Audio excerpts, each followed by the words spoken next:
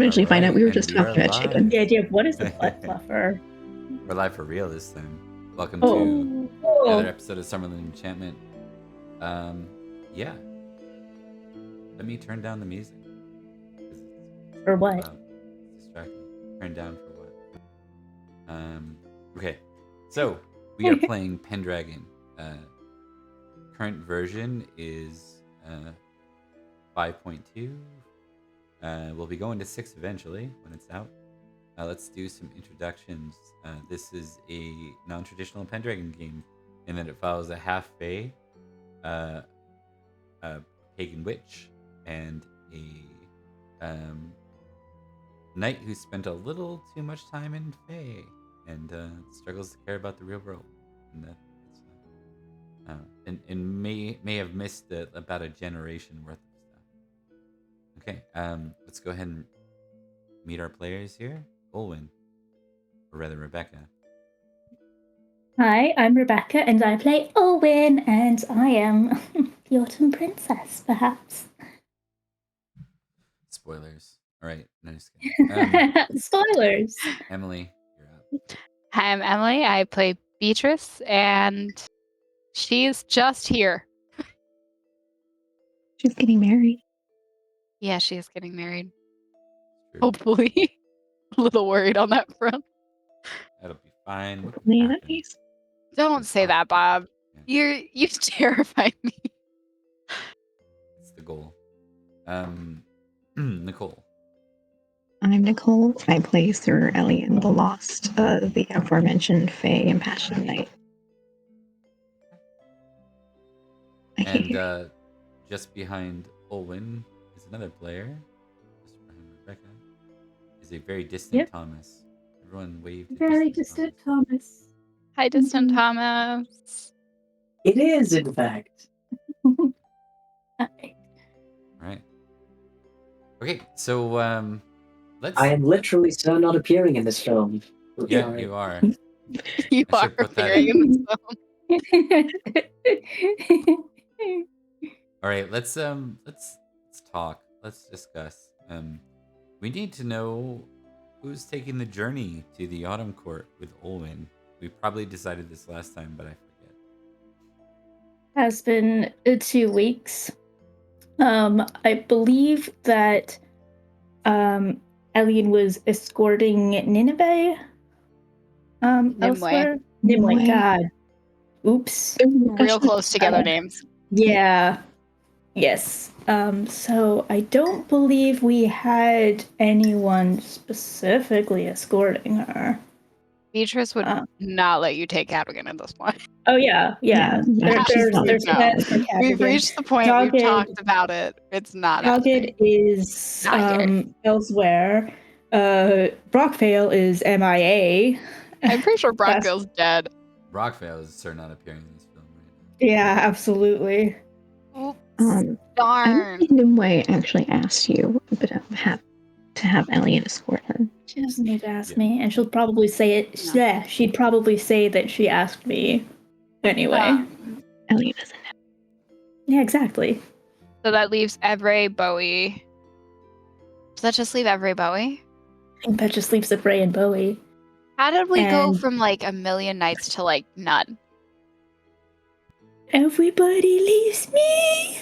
No, we just have really bad luck. Knights Yeah, that too. Getting lost and getting killed. That's what knights do. Oh, you have your favorite knight. Yeah, he is. I went to a page and written in purple ink is Stinky. And I'd really like to know the context. Stinky, that's it. I can tell you it wasn't me. I don't really care. I just want to know the context. I think we were just writing on the map for something or another, and since I think I just took advantage of being able to write on it. It would be you, Rebecca. Yes, of course. All right. Yeah, you could take your favorite knight. He's an option. I'm not sure how effective he'll be, or if we need to traumatize him more, but he considers him a knight yet.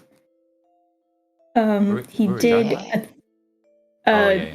Melody Yeah. or No. Minodos. Minody. No, he definitely Yeah. hasn't had a. He's. Yeah. He doesn't Yeah, he had a moment anymore. of goodness, but So your options are Everett Bowie. yeah, and I need to leave them for defense of Summerland, and I think I'll be fine. You gotta go with Goblin Knight and just. Yeah, I think I'll be fine. I think that might have been what we decided last time too. I'm not gonna lie. Mhm. I feel that is the same, but no harm in doing a little mental recap. Okay. It turns out the Goblin Knight is pretty dangerous in and of Yeah. himself. All right, let's do some stuff, shall we? Yes.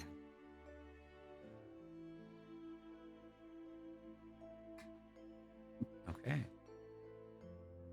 Now this year there's no direct need for any sort of court because well, this is your first time, so you would be expected to organize Samhain court in the future. But this year there will be no court because I don't want to have a single court session, like a single feast set up for like one person. One player, yeah. Yeah. I could bring in some NPCs, but we haven't thought about we have to give Ellie an equivalent of Of a Lady Carlin. Lady Carlin. Yeah, we have to give her something quirky in the future. I love her. So good. She's so wonderful. good. Yeah, we'll definitely revisit Lady Carlin. Yeah. Olwyn, Olwyn. you are brought to your mother's keep, which you've visited more than once. And maybe we'll zoom in as you and the Goblin Knight are walking because you might want to catch up with him. You haven't really had a lot My of on-screen friend. moments. So we'll zoom in like you guys are very close. You can see, if you remember the bridge you had to cross in, and then you know you found the path just ahead where you saw Mfanwi at one point. Yeah. Yeah, you're kind of moving along that route. And I think seeing that, she will kind of cock her head and ask, you know, I've been pretending to know what's going on for so long. I don't think I really know the difference between Seelie and unseelie, other than one is law and the other is order. Is it just like the difference between Salisbury and Summerland? And the different places? He shakes his head. I would say it's quite different than that.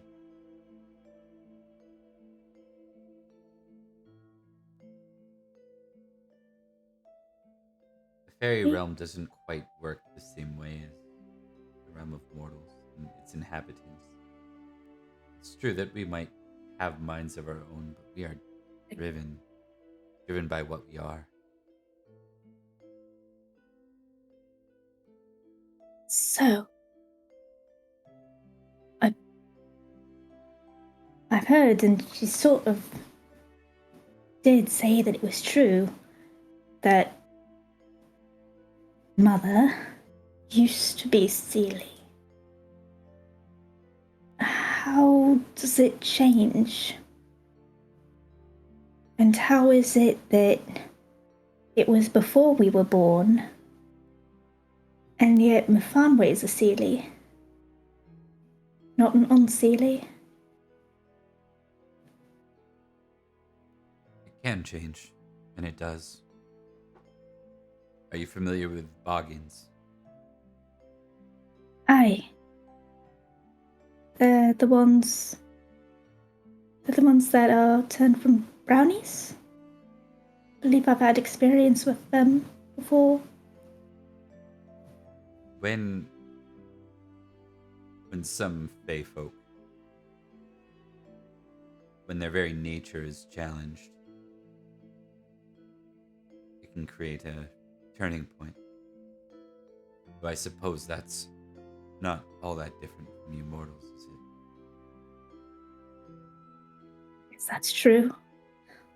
I've had moments where I've done something that felt wrong, and a moment where I could have followed in that mindset and let it change me, or learn from it, and not be that.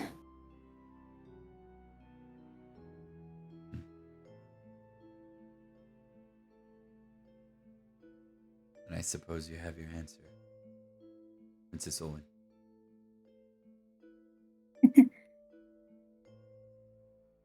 Thank you.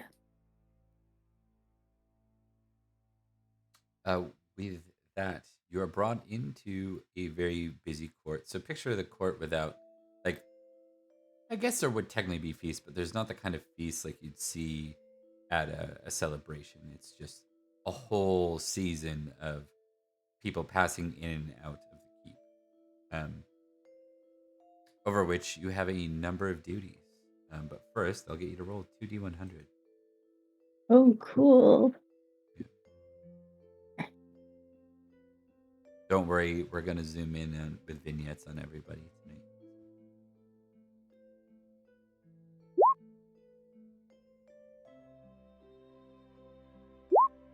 79 and 62.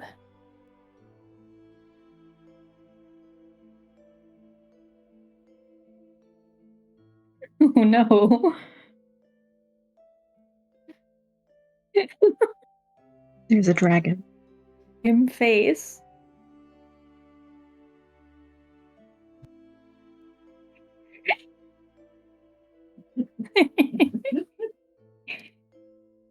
All right.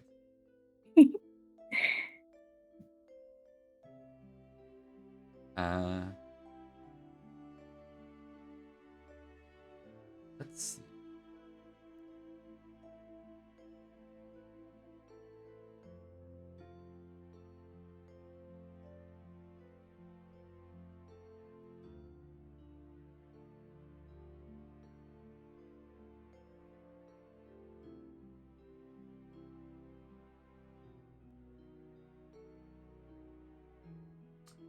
Who ought this?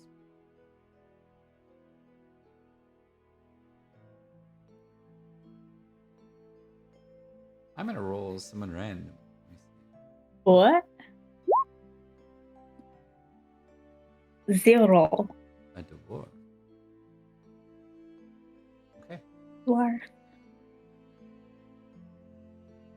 A dwarf presents himself to you at court. It's like on your first day. This is not a Duergar. This is a just another fairy.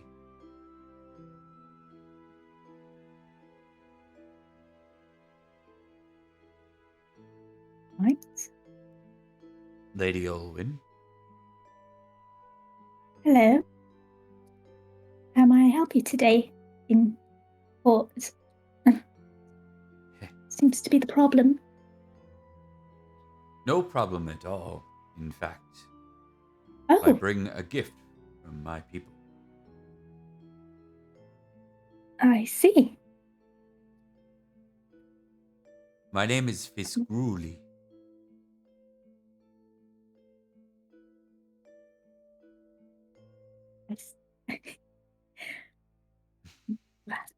Good to meet you. He waits for you to respond. Oh, it does not take that long. I've heard stories of your brother and his position. Oh, You look concerned. Is everything all right? well, my brother isn't. It's complicated. We're slowly helping him recover. Slowly, yes. Slowly. I bring Yes. for you a gift. I see. With that, he removes. It looks like a dried root to you.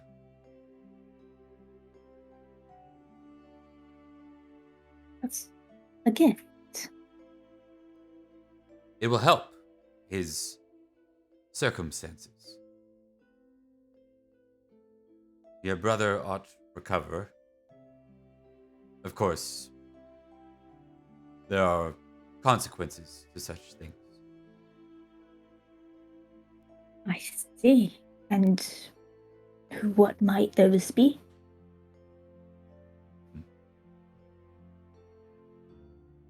Well,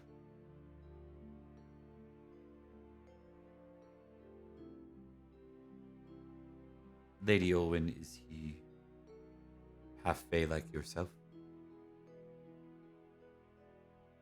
He's not.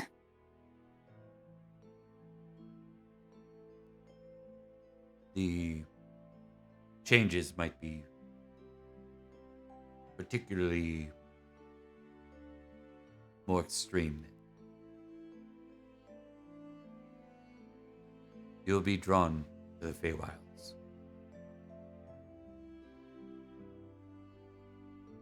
But he will be entirely whole again.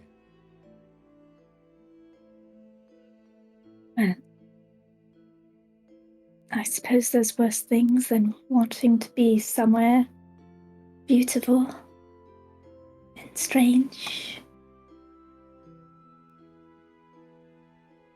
Being in control of your mind and being free. Being him again. Being my brother. If he would wish to be here, and I'm only to see him a few months out of the year.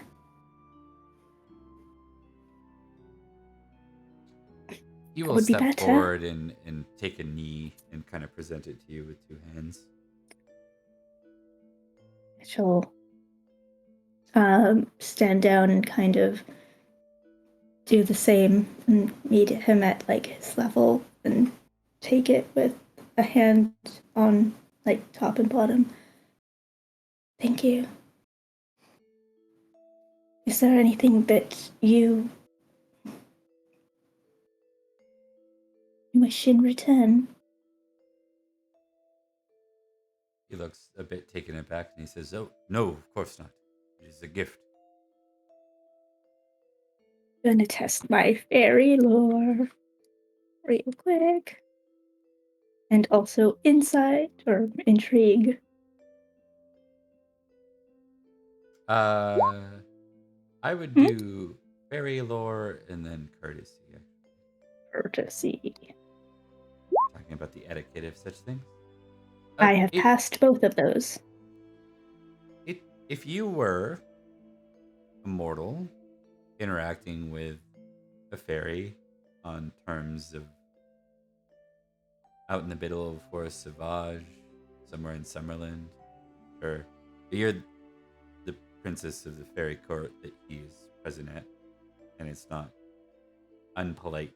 When in fact it might, especially in Unsilly court, his look looks like a worry. Like, I would never ask such a thing from a princess, right? And that's what you're getting the impression of. He doesn't want to lose his head. Kind of sigh in that sort of like, this sucks, I hate this kind of way. But, compose herself and nod. I thank you. And I'll remember this gift that you have given. Okay. His name was Fustus? Gruely? Oh, you want his name? Yeah.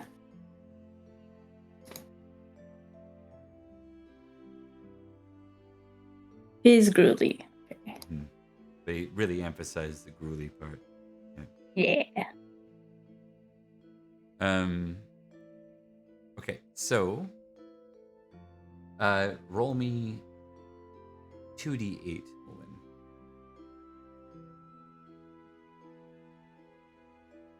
D8.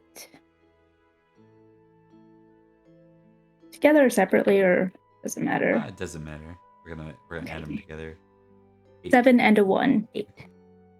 So just over a week passes. At which a case is presented before you. One in which you must try act as the judge out in the courtyard. Now, I will warn this might not work entirely, but we'll amusingly switch it up a little bit if it needs to. Here we go. Okay. Okay, so it's involving an impassioned copper giant, a disheartened copper giant.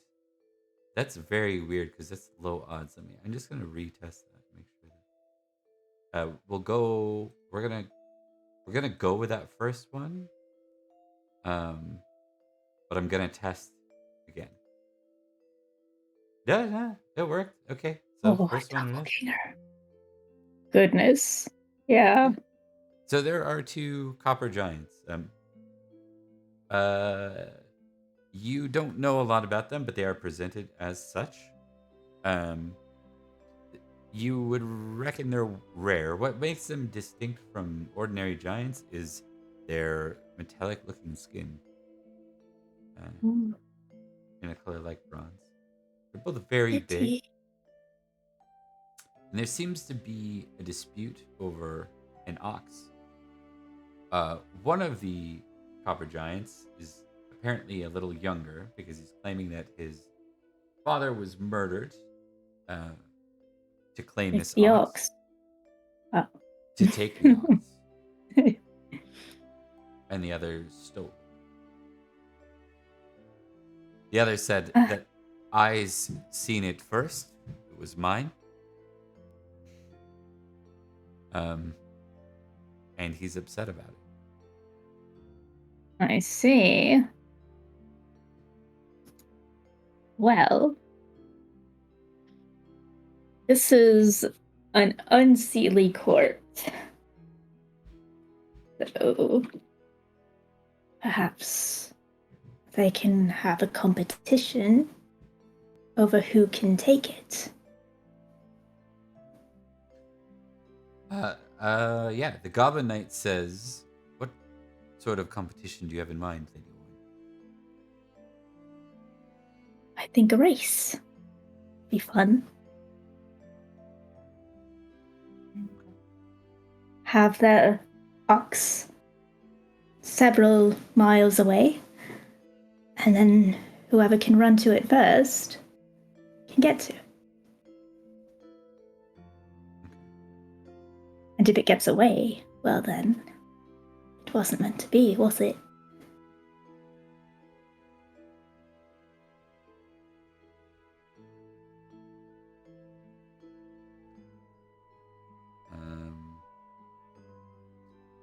One second.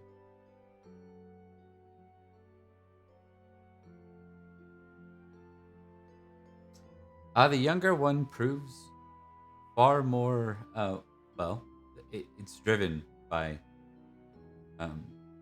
seeking vengeance upon their father. His name. They were impassioned after all, and that's the only reason they got a 22. Otherwise, they would have lost just barely. It's like neck and neck, but the younger one is successful. Maybe to your surprise, I'm not sure. But they drag Led by the Goblin Knight, a host goes out, drags the other Copper Knight back to the court, and they slay him. Oh, that sucks. Owen's displeased. Right. Is pleased or displeased? Displeased. Okay. But I think she understands that that's just how it be here. Yeah. Specifically, he's brought almost in like a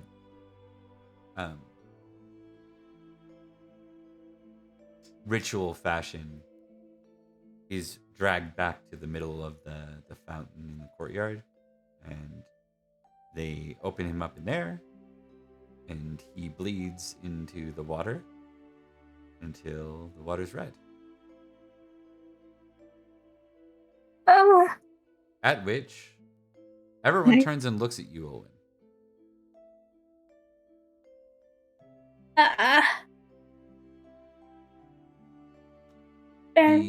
The big mean giant that you saw before, the one that was always standing beside the queen, approaches and presents the fountain to you. He says, "It is time, princess." Hi. We must see what the fountain tells us, what it shows us. See. Is the Goblin Knight next to me? For this particular moment, he's not. He's observing off to the side. Yep. Which is probably the first time in like 2 weeks that he's not been right beside you. I think she's gonna try and surreptitiously like look at him and like do a like put her hands towards it and look at him like, am I doing this right? He nods. Okay. When you get to the edge of the fountain, the giant will usher you forward, like as in to go into the fountain. She takes a deep breath, tries not to wince, and does so. Well, it isn't. I should elaborate. It's not so high that you'll like it won't be covering you. It's more like it's coming up to maybe your waist. How are you size? Like 10? I think I'm size 10. Yeah. So yeah, it come up to your waist. Okay. And the giant says, "Go to the center. Tell us what you see." Go to the center. Okay.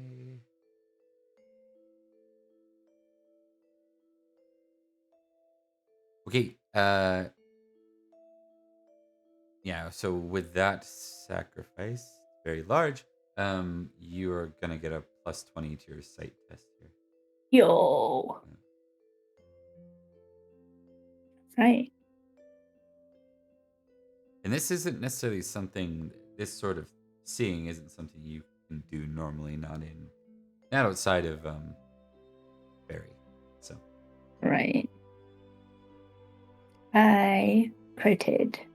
Yep. Yeah. So you look down at the water and you see a sight, a familiar face, actually. It's the Lady of the Land. You see her on her deathbed, much the way you saw her before. And you see her life force streaming out and going west. The vision pans out and you see a symbol, certainly a heraldry of some kind.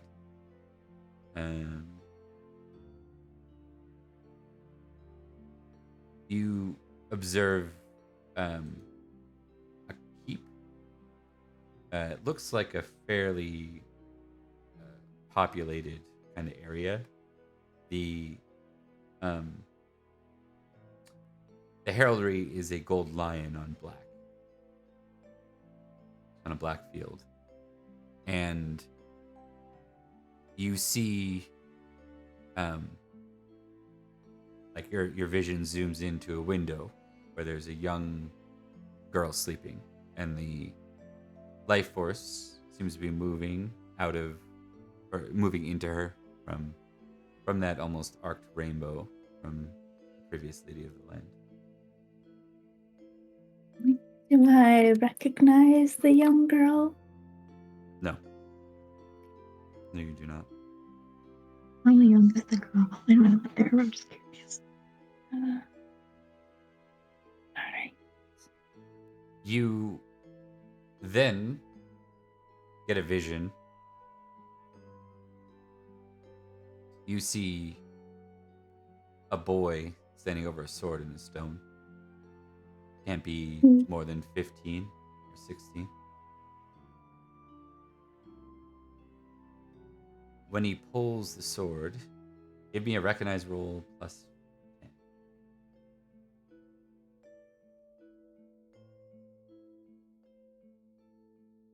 Succeeded. You see Merlin standing beside him. Would Owen recognize it as Merlin? Because I don't think she's ever actually seen him. It's a vision, you do. Okay, cool. Yep. Perfect. Yep, not by your experience, but by like an intuition? itself. Yeah. Yep. Okay, cool. That's what that vision was. Cool. You also see many knights take a knee before this boy, one of which wears gold lion on black. You see a vibrant forest as your vision goes out, and you almost like are looking over the land, the island. It seems like the forest is engulfing much more of the island than you would have ever really expected it to. And then you hear church bells. And you zoom in to see the late teenager with a sword, perhaps a little bit grown up. And beside him is a young lady with the gold and black on her lapel.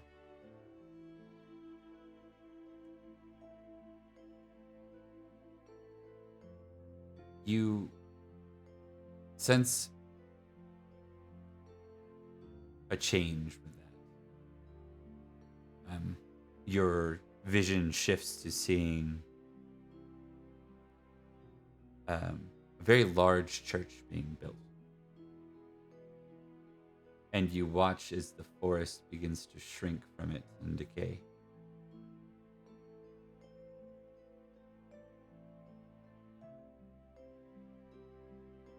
Your sight roll helps you to interpret this mystery as an omen.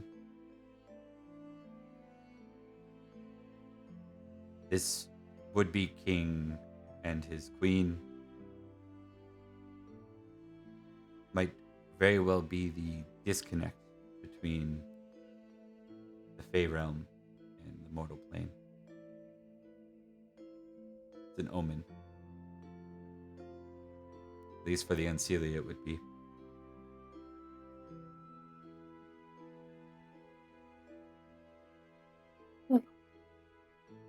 How does Olwen feel about this as you start to kind of come to? Olwen doesn't like the idea of there being a disconnect because she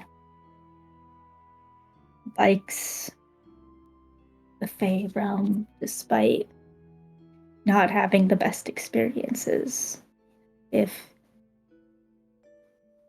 her brother is going to recover and be drawn here, there's a potential that he'll be cut off.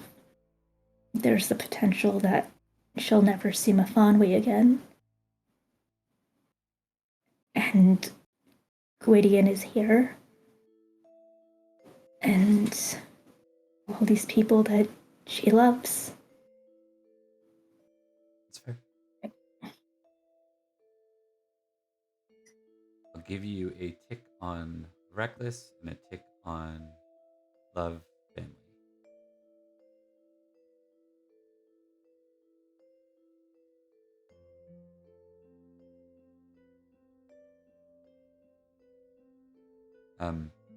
On top of that, as you stir tea, you taste almost metal, and you realize that it's not metal, it's blood. As you stir tea out of your trance, you find that you're actually like under the water, under the blood.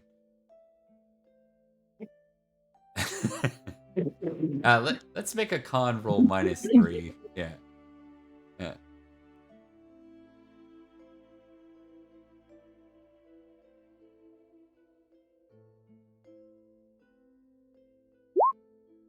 Okay. You can't help yourself.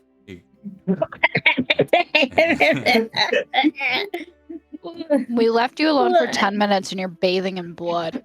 I mean, let's be fair, we've done that in Vampire before. It's extra metallic because they were coppery. Yep, exactly.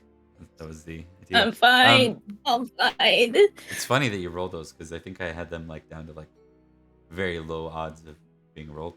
And weird that we got 2. But okay. Everyone is waiting for you to profess what you saw. She stands up as proper as she can, which I imagine just streaks of blood, which probably look great to the unseelie. Yeah. Yes, absolutely. Just yeah, everyone's like, oh.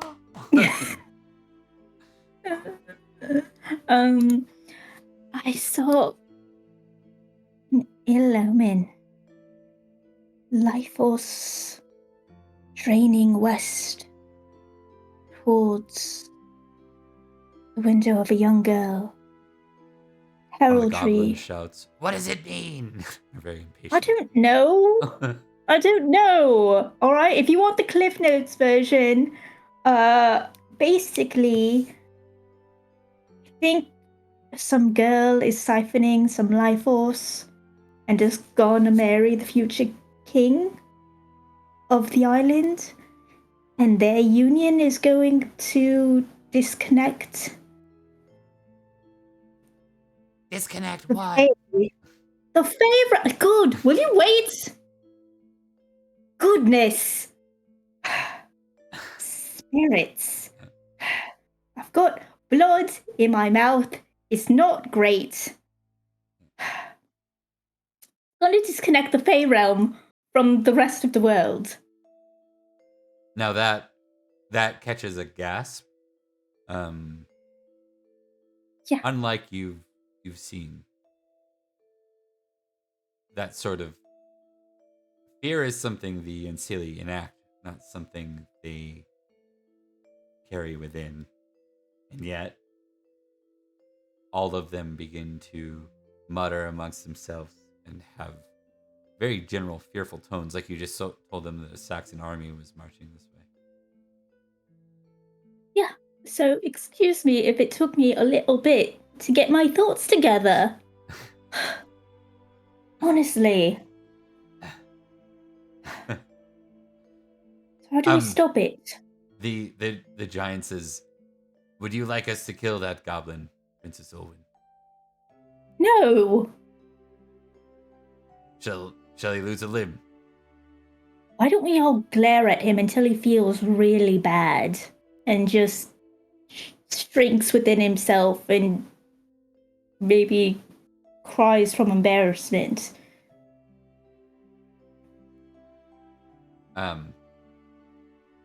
They all look at him and they look confused as they look back at you. I mean, I hate that. When people look at me like that, that's the worst. I have to live with that afterwards. The goblin grins ear to ear.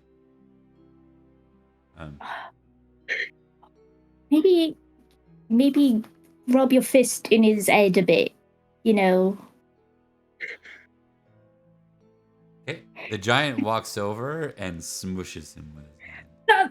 One more. Gently. Oh, these people. And she gets out of the fountain. So, what do we do about it?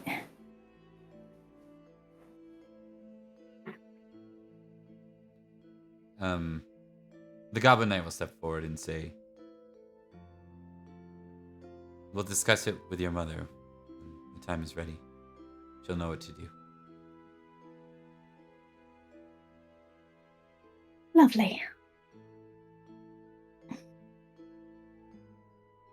Olwen, your next event is Samhain. The day before, the Goblin Knight approaches you.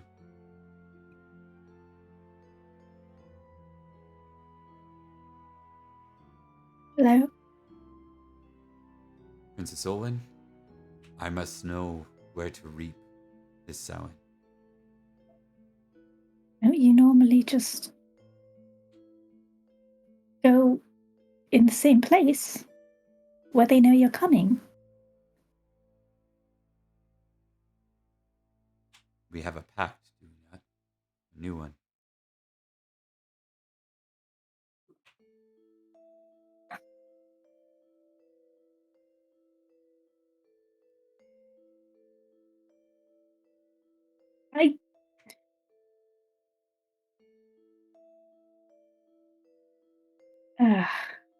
I'm gonna roll something for you. I do. This is not his strongest. We'll give it a try. Stands there.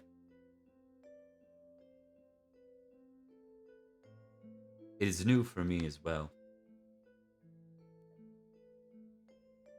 As you said, we knew what the rules were before. I know my fear of it not seeming fair. So anyone else isn't exactly going to sit well with the people of this court. I don't think they seem to really care about fairness and preparedness. Kindness. And set me on the forest, Bloom. I could do that. Yes. That would do. Nods. Yes, as princess, I hereby decree that your reaping path shall be the forest of gloom this Samhain, my goblin knight. How's that? He nods. Well done, Princess Olwen. I shall return.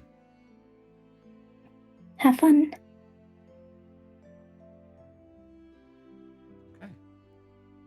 Okay. Forgot to get you to do something. I need a just versus arbitrary roll for that race, by the way.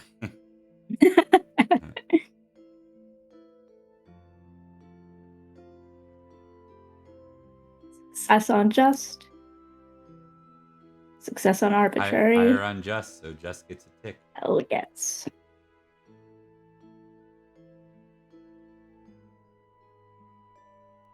Okay. All right.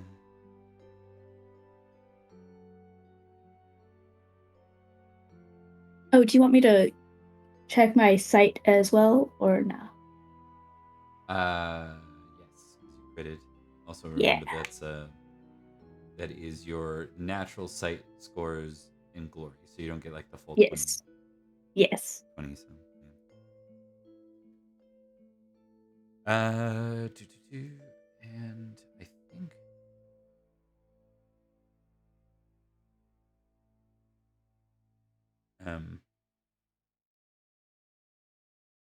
I think that is everything for this uh autumn as far as your duties. Is there anything in particular you want to try to do yourself? Like one, what would be your focus while you're here for yourself?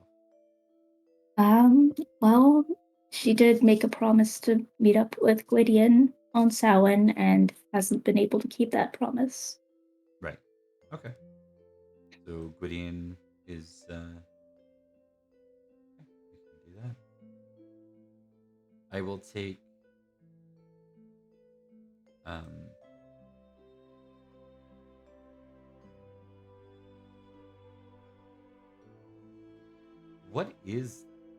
what does Gwydion represent for you in traits? I think it represents her love of family and Oh, you know what it is? awesome. Test honest. Ooh.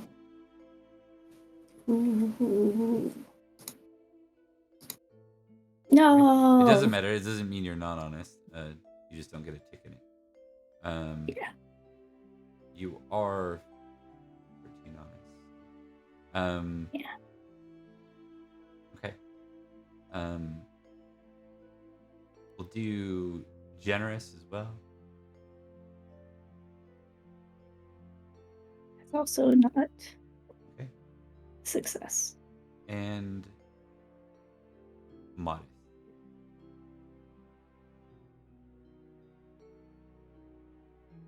That one is a success. You get a tick in modest. Oh yeah.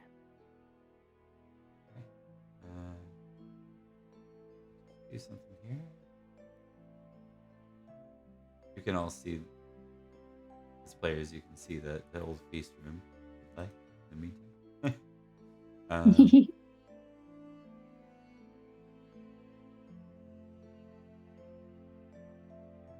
You find Gwydion by the river, by the bridge where you enter.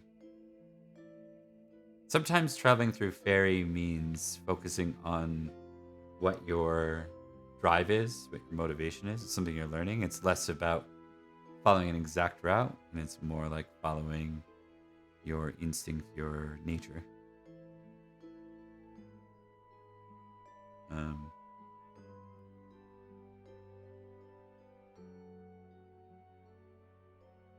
Okay.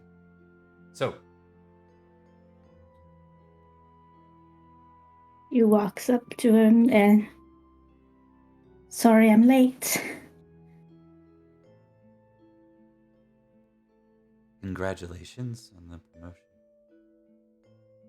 It doesn't feel real.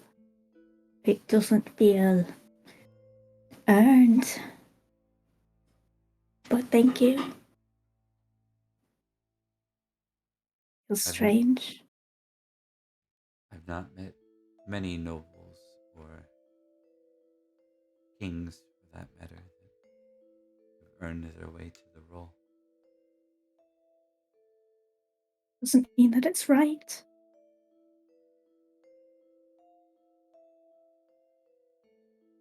It should be held by the people that are deserving, right?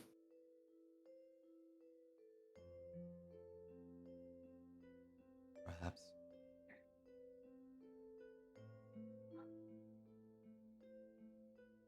You would have been great. You were great. You are great.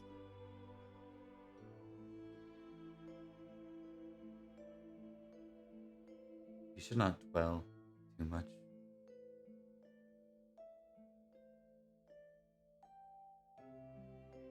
Can't help it sometimes. I feel like I have to dwell. Because if I don't, I'll forget the lessons. Then leave such moments for Samhain.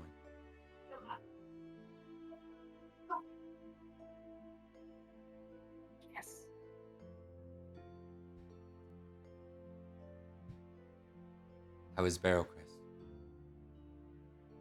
It's all right. It's faring. Did rather well this year, but that was through Dane's help and Beatrice, and they're so good. They're so good at what they do, Gwydion. I do my best, but I would be so lost without them. What of Dogged?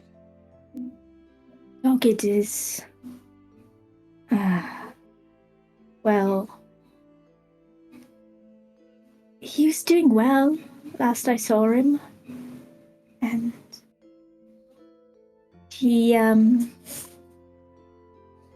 he's thriving. He's got children now. And he's happy. He's a wonderful father. I think you helped him learn that he wanted to be one.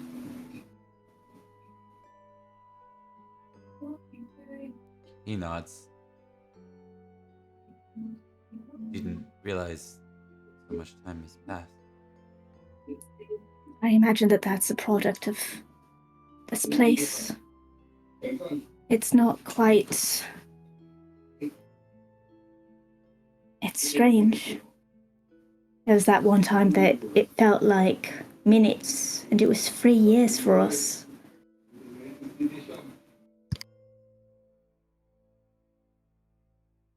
Right.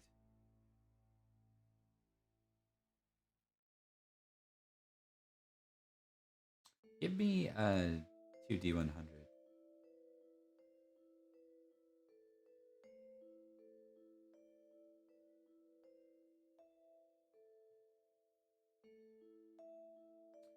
Oops. 2. 99 and 57.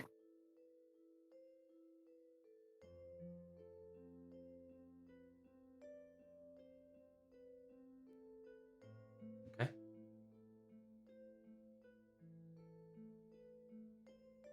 I need an awareness test. No.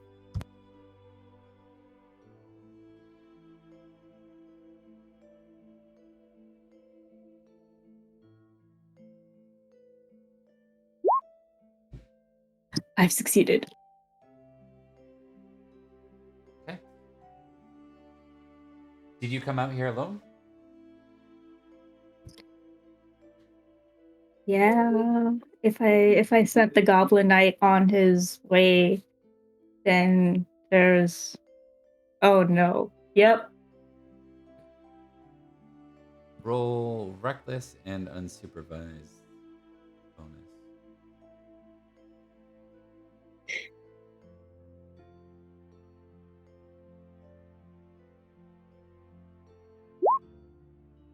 I fumbled. Okay. Interesting. That is really interesting. Yeah. A fumble on unsupervised. Fumbles are never good, but Yeah. it might be better than succeeding. Right? Let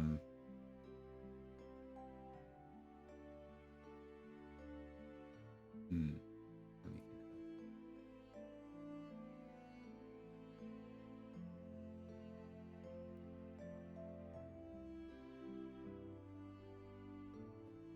Okay.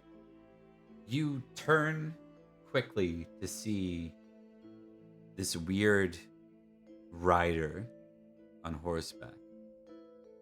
As they move towards you, you see what looks like a spear, but it's oddly shaped. Almost, I'll give it to you. Mm.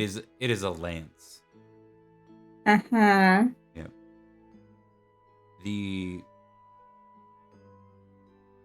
As the rider gets closer, you realize that it's all one. The rider and the horse together are all one, and they're charging right at you with the lance. I'm You gonna hear- tackle Gwydion. You're gonna try to get out of the way. They're not coming after Yeah. Gwydion. They're coming after you. Oh, okay. Well, I'm gonna make sure that he doesn't do anything stupid to try and save me at the same time. Like, I imagine we're pretty close. Yeah. Okay. Oh, I will yeah. take a dex roll -2 then with the extra addition of having to tackle him. Actually, you know what? Make a dex roll without any penalty and make a strength roll. Blech. Yeah. Blech. Why? Because You do this to me. yeah. I failed. I would have been a crit on my dex. If there was no modifier, which would also have been a failure. Dex roll as well. Hell yes. That's a success. Okay, you do one of those things where you move to like dive and like tackle him to get out of the way, but you mostly just bounce off of him. You manage to pull yourself out of the way. You don't pull Gwydion out of the way because apparently he is inhumanly strong right now. He's so strong. He's undead. Yeah, well, it's still my friend. Ooh. As you kind of land in the mud, you Blech. hear another horse, and you kind of hear like the sound of exchange. Like clearly, there were two riders riding at each other, and there was an exchange. You watch as the beast kind of lands right beside you, and you see it's like really creepily connected to the horse. Like the horse and body are all one thing, and it begins to kind of melt away into the scene around it, kind of spilling into you as well, like spilling onto you, like it was made of water. What? Okay, I think she kind of like scurries back. Yeah. You look up, and there is a rider present. Gwydion's, reaching for you to make sure you're okay. You see the rider removes their helmet. Though in very much the undead version of him. Yeah. His eyes are hollowed out. He looks to you, or in your direction. Hi.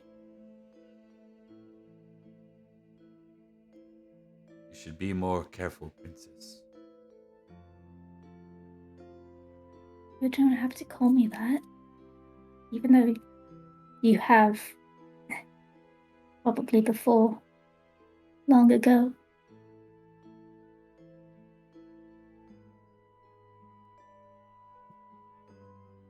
He looks at you and nods.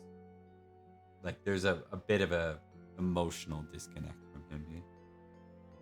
It's not the uncle you quite remember. Right. He says, "Be wary well in these lands. Not all recognize you as worthy of the title." I see. Thank you for the advice. He nods.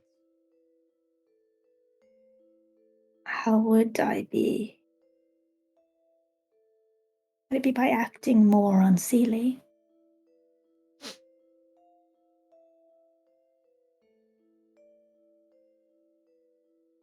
You may earn the court's recognition over time.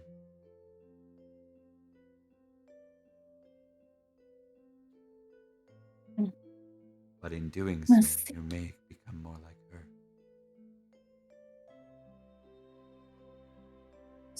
I had a feeling. Well then, let's hope that Owen is Owen. For as long as she can be.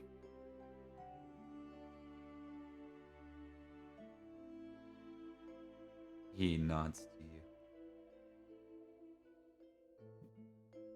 She'll nod back. And kind of reach out. Not for a hug, but hand.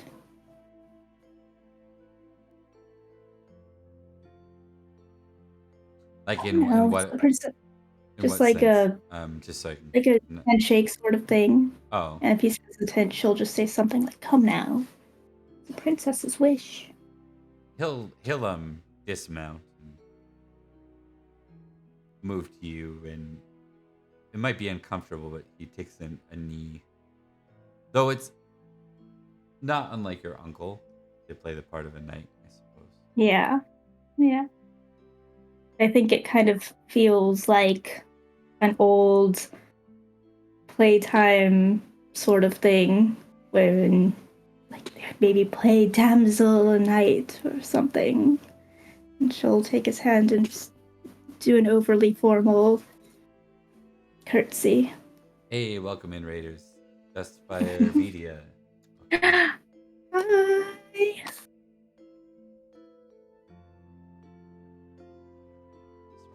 Hello. Mhm. Guards! Hey, appreciate the follow as well. Squires! Prepare Owen, for battle! your uncle asks you, tell me of my love. Is she well? Last I checked, she was. She's the same Melio she's always been. And I think it kind of can't help but smile a little bit in that sort of like,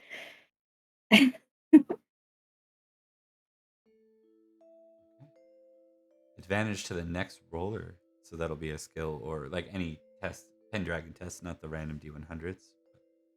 cool. Yeah. Owen, I'm curious about this one. Do you remember the rumors around Melior? What they were recently? That she had a child. Do you One feel? doesn't know it for sure. Yeah. Do you feel compelled to share such things with your uncle? I guess it'd go a little bit beyond honesty. It might go into the realm of vengeful, I would say, probably. I think that she doesn't know it to be true, so there's no reason to say it for no reason. She loved her uncle, and Okay. no matter like what she feels about her aunt, she wouldn't spread a potentially hurtful rumor to someone she loved that she feels would hurt him. He says, my grandfather's manor was and will or sorry, no, he says my manor. My manor will always be my pride and joy. Please ensure that it is looked after. Of course.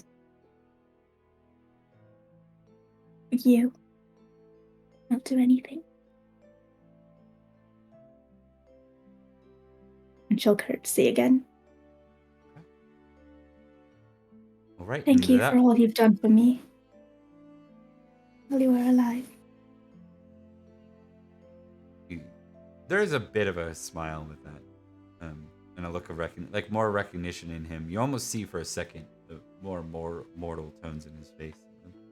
They're gone again not long after. Something you're kind of learning about with the dead is they're only partly sort of able to interact, and Samhain seems to present that more. There are exceptions, such as Lady Carlin, but they almost have to be like powerful enough to be aware of their like their existence. Perhaps necromancers.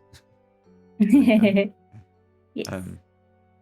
Okay, Yes. so let's see. You were at court. You were the princess.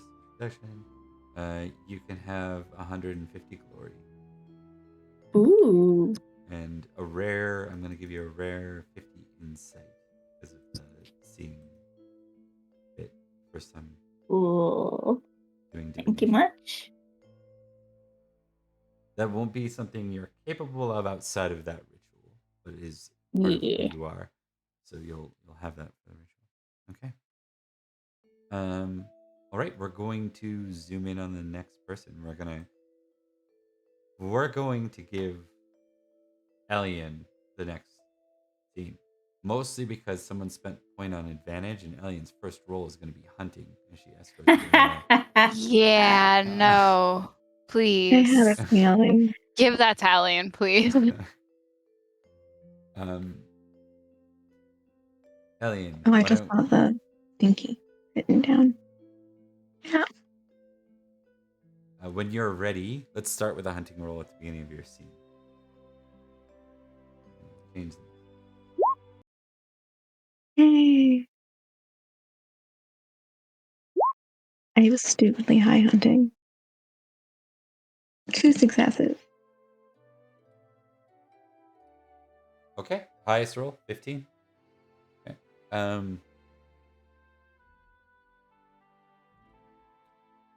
People are sad that you weren't fumbling there. They're really looking forward to some more Alien the Lost. Okay, Are you so disappointed? yeah, Not really. we'll fail in the future. Don't worry. Don't worry, it'll happen. The streak will continue. Okay, so this is just you and Nimue along the path through Summerland.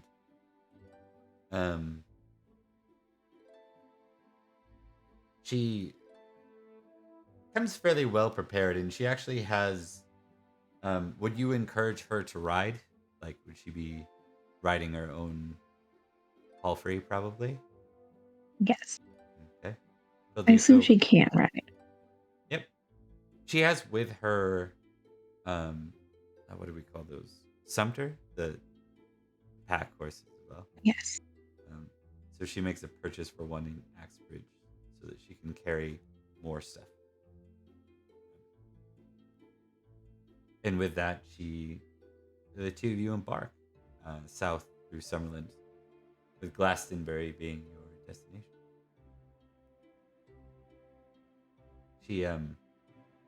I'm just gonna pull up her stats because I need to know. Pendragon's a game of traits, and it's important to know what traits characters have when they do stuff. Look at that. I had her open last time. She is quite courtly, if I remember correctly. Yeah. Okay, so, ish. She says, Relatively to her sister. I'd like to thank you again for your generosity in this.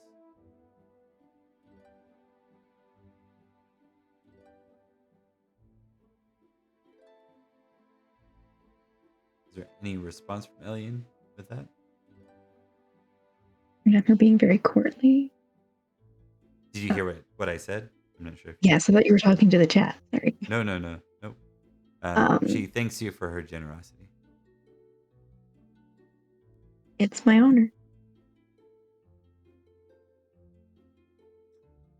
Such you are known for.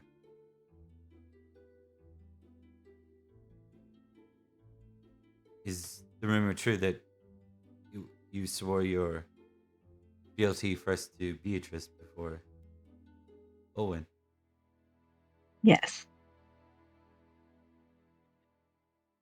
See. And the rumors say that you are from the times of Aurelius? Yes. I missed all of Uther, as well as the death of Aurelius. You hardly missed anything nice at all then. Such were dark times for Summerland. So I've heard. Did you know that Uther invaded here? I heard of this. I am originally from Avalon. I don't believe it was any much better for them. Which is fair.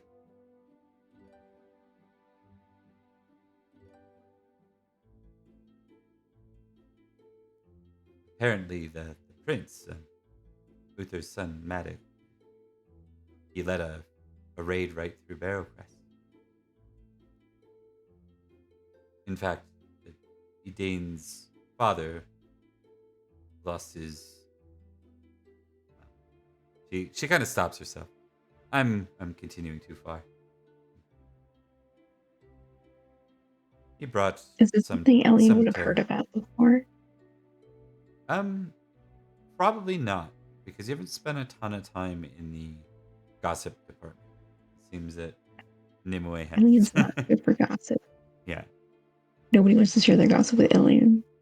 She's too honest. If anyone asked her a question, she'd be like, I don't know. Nothing told me. No one told me. Nothing. No one. You also know that she's been spending an awful lot of time with Edain.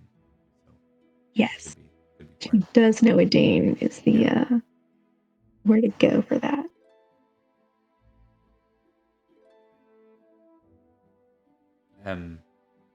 Her pack horse, by the way, is not a centaur. It's a mule. Okay.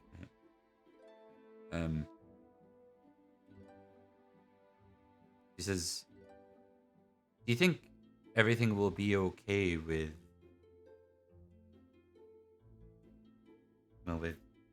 Olwen going where she had to?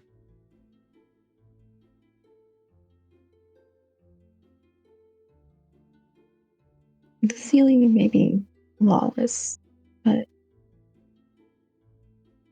I don't think they would treat the heir apparent lightly. Such things tend to end with rather gruesome death.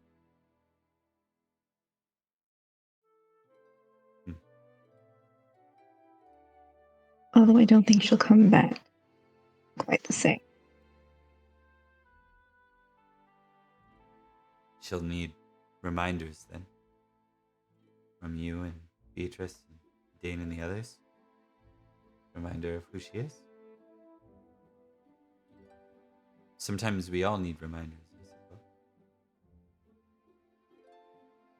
I certainly lost a lot of myself in my time in Faerie. And it was not in such a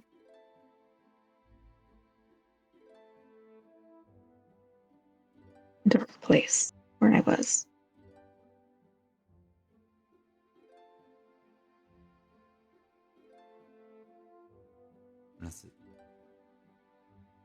I can see a bit of that on you. You miss it. A little less now than when I first left. But I still long to return. Even though there's nothing for me there.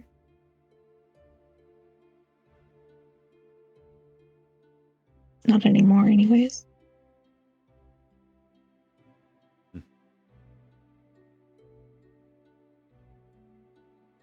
Sometimes knowing that you can't go back to a place makes it that much harder to move on. Some would say nostalgia. Hey, welcome in the Liching Hour. See you guys. Hey.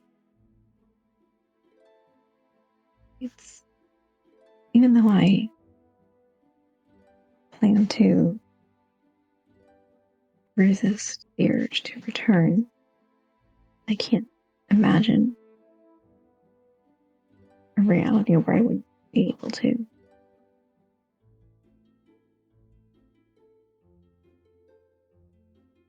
Because what you miss is no longer there.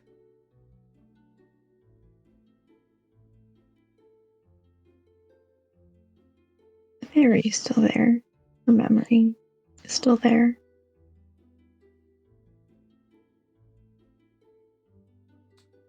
Give me 2d100.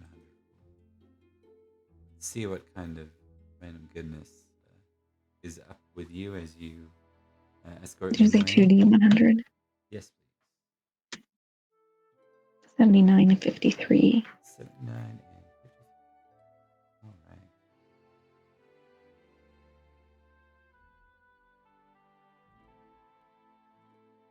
Interesting.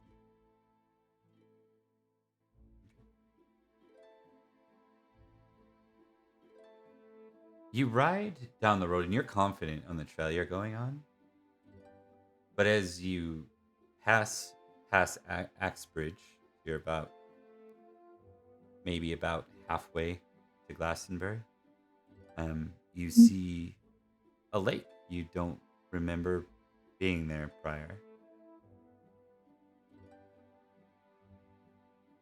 We're not in Forest Sauvage. We haven't been through there. You are going the opposite Just direction of double Forest checking. Sauvage. But we Far as you- haven't gotten there yet, as far as I know. As far as you know, yeah. She's gonna kind of pull to a stop and Oh, you look have a little bit at of it with sight, don't you? concern. I have 4. Make a roll.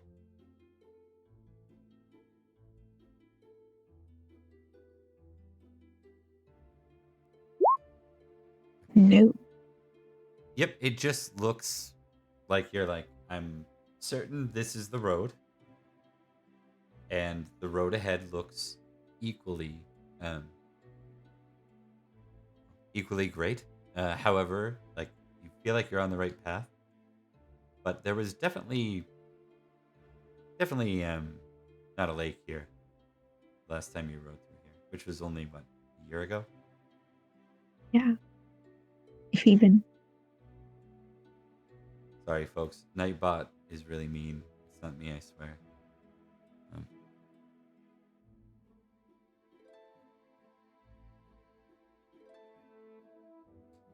With that, Nimue dismounts and starts making her way to the water. It's very like sudden, which is not one of her characteristics to be particularly like Olwen. Yeah, Yes. she is known for her prudence. She's cautious. So her to just wander over to the water like this is strange. Must be being compelled. After a moment of surprise, Elian quickly dismounts and follows behind her. Does she look like she's like entranced or Intrigue test.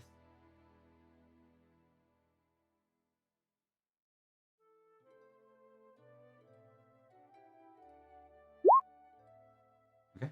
not a good success, but a success? Hey, look at that. She looks genuinely excited, which I don't think you've seen her express a lot. Okay. So I don't think it's dangerous then. I think she knows what's happening and it's a good thing. Yeah.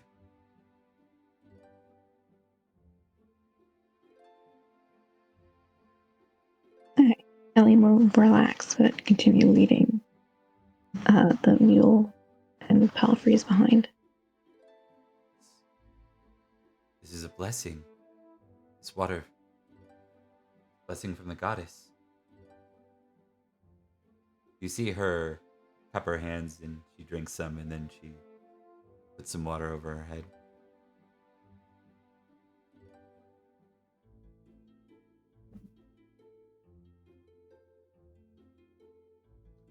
She looks to you, Ellie, and she says, Oh, I succeeded at my folklore. okay. What would you like to know? What goddess is she talking about?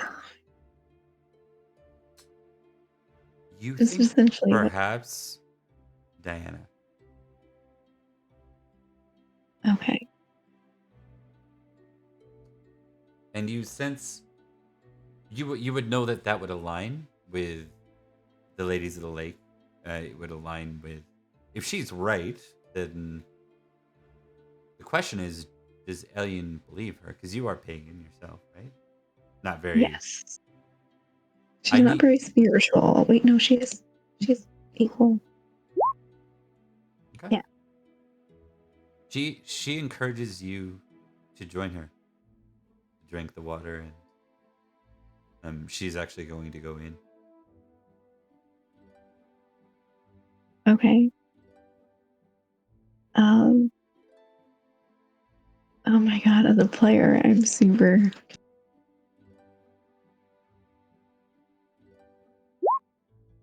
No, she is not. She's It'll be fine. totally fine. I won't demand that you have to go in, but a fumble would certainly strongly suggest that you would join She her. totally thinks this is cool. But she knows that there's other people around, so she's going to stay on guard on behalf of her charge. Okay. Does that involve partaking?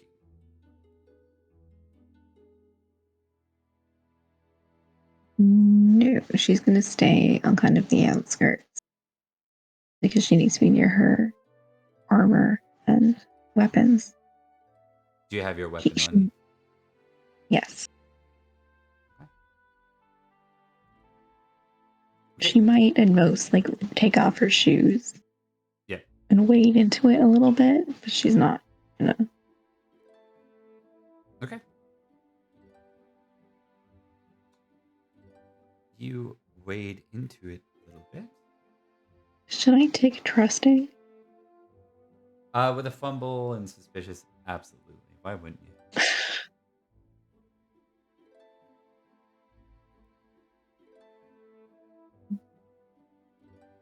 The water is rather cool to your feet, which isn't entirely surprising, but it feels almost like any sort of pain or sores you might have had from your boots and from travel.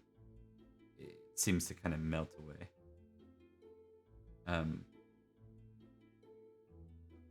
I need you to roll me. Let's see. No, I'm not going to do that. What is your highest passion currently? Faye and Other than Homage Faye. to Aurelius. Homage to Aurelius. Which probably no longer fits with Aurelius. Yeah, I also have Homage and Inteliad.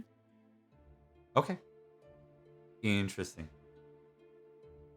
Okay. Incidentally, her loyalty lord not as high as those two. And you know what? I'm not sure it would drive that. Let's go with what is your out of the basic ones, the love, family, the honor. What one's highest out of those? And loyalty. Loyalty lord is 12, the rest are 14. Sorry, 15. Rest are 15. Okay, we'll go with honor then. I want you to make an honor roll plus 15. Success. No, I need you to make it with a modifier of 15.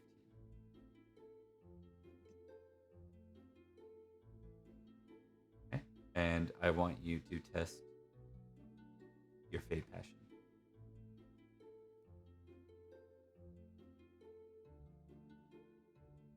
Ooh, which one? Oh, that's a fumble. Okay. Fumble with my Fae. Oh, And that's really hard to do for me. Yep.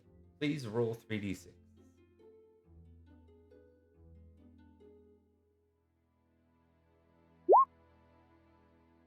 Your 14. Fae is now 14. well, And your honor is now 16.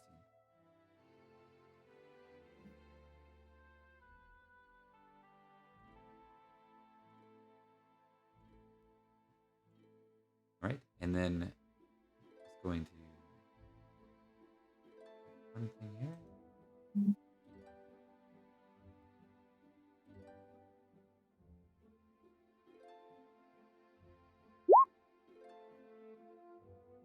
Okay.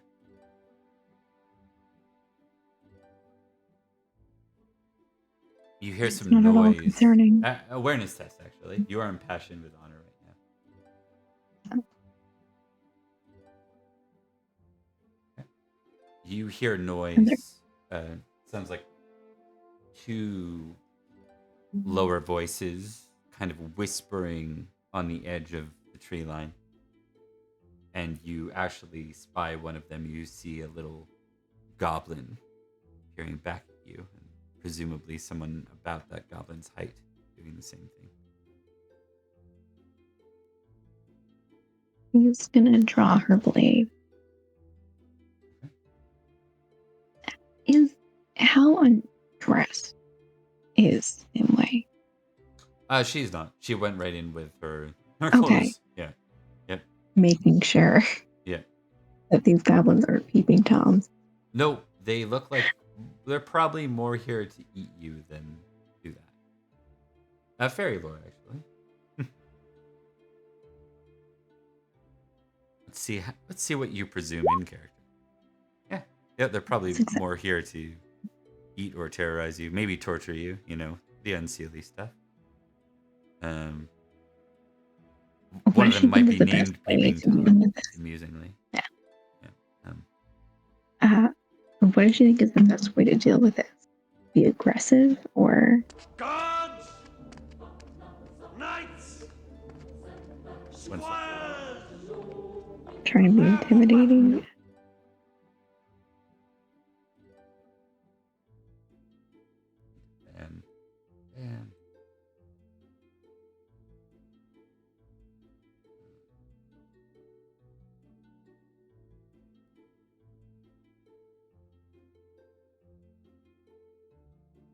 And so as far as goblins go, I guess that would be the best bet. The challenge is that it's 1 versus 2, which is how they prefer to fight. What you know about goblins in general, I'm just going to give you... It tends to be the most often used generic way to describe the unseelie fae. So if they're not something else, they're typically called goblin. If you think of your typical fantasy goblin, they tend to reflect those traits that might vary quite distinctly. Some might look a little more like Lord of the Rings orcs. Some might look a little more like the orcs with pig snouts. They almost have like what would be the word, like different mutations to their looks. And did you say they were short or like normal size? They are short. Specifically, they are size 6. Okay. Just to put that in context. So You also know that they're friggin' fast. Like they're dexterous. Yeah. And they can be like surprisingly difficult foes. How would you like to approach this? Because Dimaway has not seen them. She seems to be a little lost in what she's doing. I want to try and intimidate them that this is not worth it. In what fashion? Describe to me what your intimidation looks like, Delia. She has her sword and she's twice their size.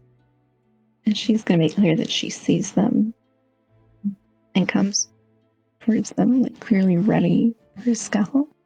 What do you say to them? Yeah, and she just says, if you are looking for a fight, I recommend you look elsewhere. I haven't time for things like you. Okay.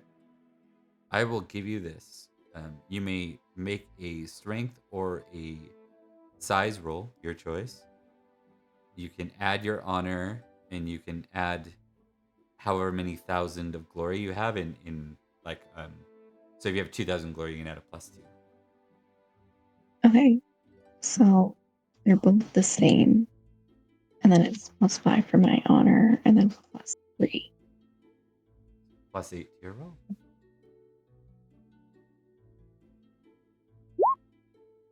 Okay. That shouldn't be right. Oh, no, yeah, it is. I've mixed the numbers. I switched them in my head. Yeah, it's all good. I can totally understand. So you really needed a crit to completely scare them off. But I think what I'm gonna do instead is test how reckless or brave they are in this case.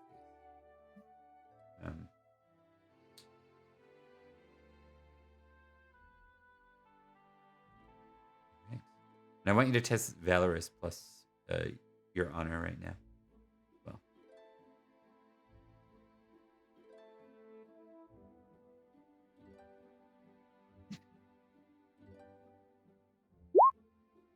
Crit. okay.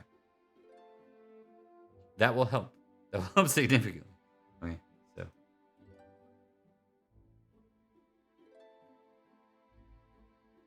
I have a lot of crits today. That's nice. For once. okay. One of them backs right off, and the other one looks frustrated as they come out and say, "It's just another night. Come, I'll show you. We'll kill the knight, and then we'll torture the girl." And with that, he goes to run at you, Alien. What do you want to do? He It's just has the one. Yeah, he has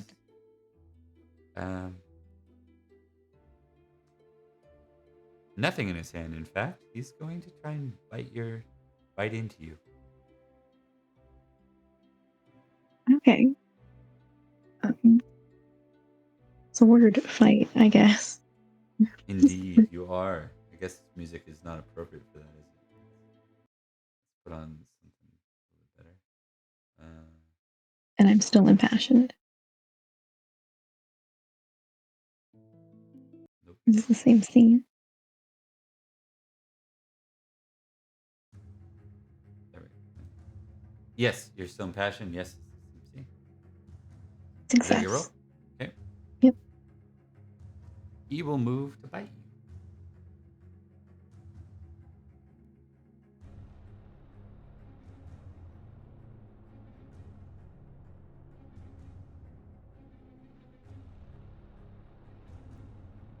Oh, a tie. That goes well for your sword. And that goes poorly for him. So normally, what this would be is an exchange where you break their weapon. His weapon is currently his teeth in his mouth. Face. So, give me a normal damage roll. Well,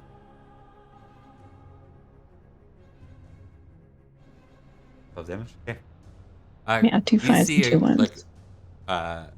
as you pull your sword out, just as he's about to bite your arm, you kind of position in such a way that he ends up biting into your blade. And there's actually marks. Like, this is a bad bite. This would not be fun to take. No. But then as you move to free your blade, his teeth come flying out. A series of his teeth. Not all of them, but he looks mad. He's like, ah! And he's going to continue to try and bite you. This time he's going to leap towards you with a bite. Okay.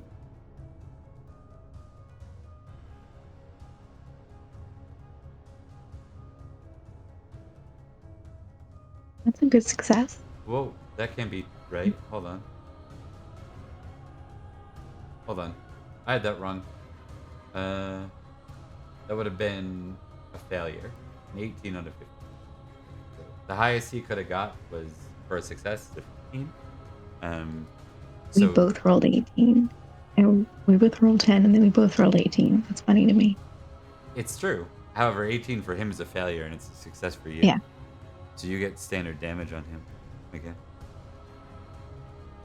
Let's try and not have any ones this time. There you go. 17. I'm just gonna check and see if he's got any actual armor.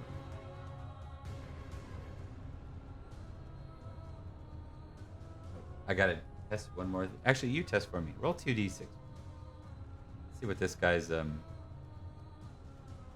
gonna have something. 7. Brutish.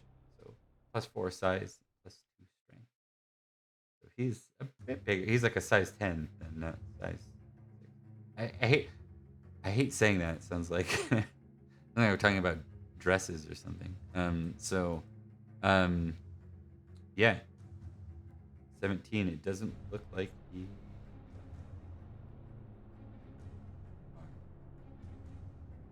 Don't see any armor. Oh, there we go. Some minor stuff. The first one was immune to armor because turns out his teeth aren't armored. So 12 plus. He didn't have braces or a mouthpiece. That was a dumb move. Okay. As he goes to close in on you again, you manage to run him through with your blade. So as he dives at you, you just hold your blade out, and he collapses on top of you on the blade. And it's a little gross. Specifically, his like almost blackish goo blood is sort of like coming out of him onto you as he's like dying on you. He's not dead yet. What do you want to do? It's pretty much a coup de grace. I'm going to push him off me first.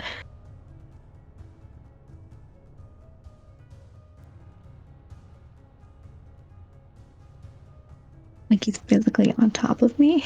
Or like are we still standing? No, he jumped on you. The force of the two of you brought him down on top of you, but he's like skewered now and not doing well. You can tell he's like dying, but he's bleeding onto you now.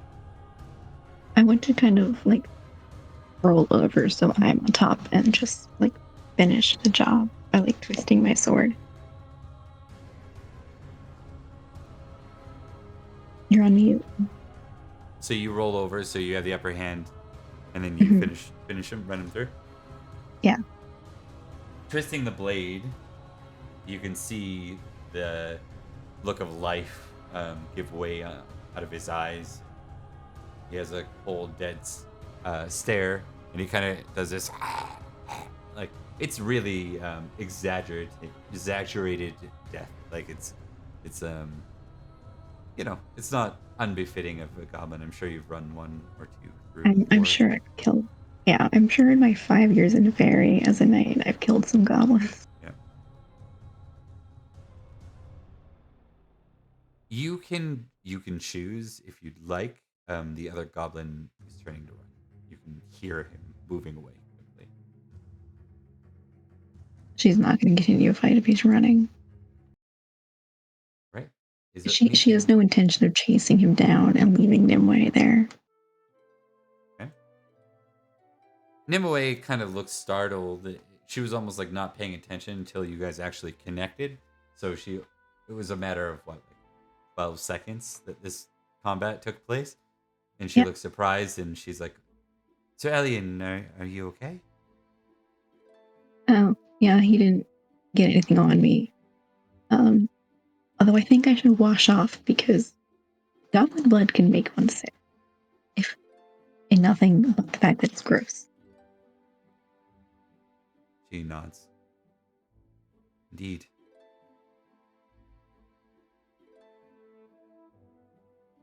So Elian's going to do a quick wash off. Okay. She's not going to enjoy it like Nimue was. She's just very industrious, efficient. Sword or no sword? Sword. And okay. She's you like, say, they're out now. I'm just going to be prepared. And keep Nimue close.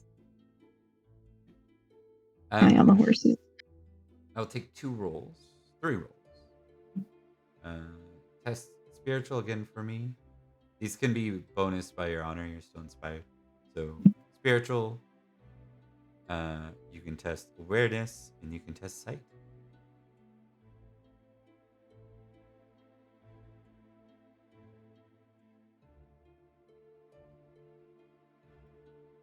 Okay. My awareness passed. The other two did not. You or rather, like you said, you have a goal in mind. You're not doing this for enjoyment. You're doing it because you have goblin blood. on your body. It's gross. You notice that the sun reflects in a like kind of a blinding way, as you are bathing. It's like reflecting in your eyes, and it's making it hard to see at times. And you're rather quick. In fact, it kind of pushes you to be faster with things. You can take awareness, by the way, if you didn't before, and sword. Sword is take awareness was not. Okay. And I told you can take spiritual from before, because you did succeed on the previous one. Yes. Yeah.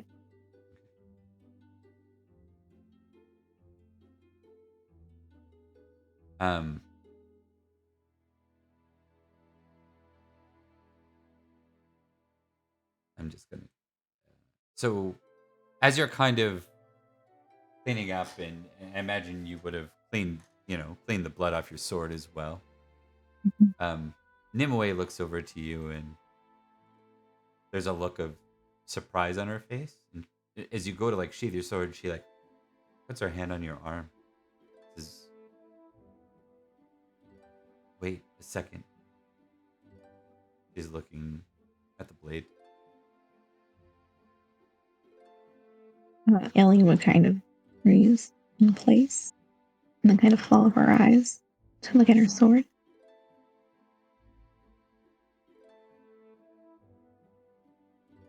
How fruitful indeed. It seems that the goddess has honored you for this deed.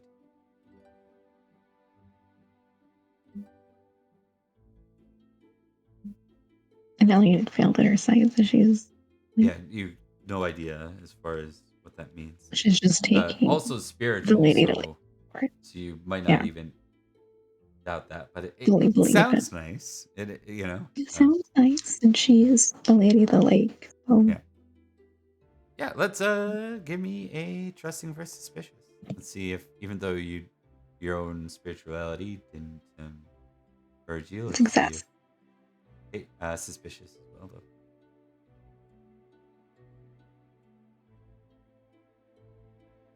Okay. No.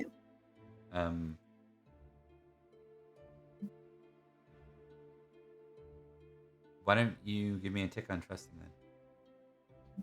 I believe I already have that. Yeah, I have that from Thumbling Suspicious. Right. Okay. So after this event, you make your way to Glastonbury, which is at the southern border of Summerland. Have you been yet as Elian? I know Nye's been your other character, but has Elian been? If she has, it wasn't on screen, so that's up to you. I would say no. I can't think of a good Yeah. reason you would have been. I can't think of why she would be there. No. Okay. I need another sight roll. You can have a +2 this time because you're accompanied by a lady of the lake. Mhm. And I don't believe I'm still impassioned at this point. You are not. Oh, I succeeded. As you're riding up, you make your way to the edge of what is the monastery of Glastonbury, and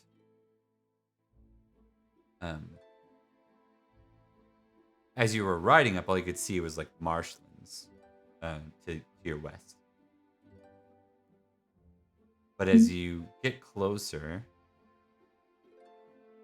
and you kind of stop, and Nimue seems to be like almost turning to you to say goodbye. All of a sudden, you see fog kind of roll in,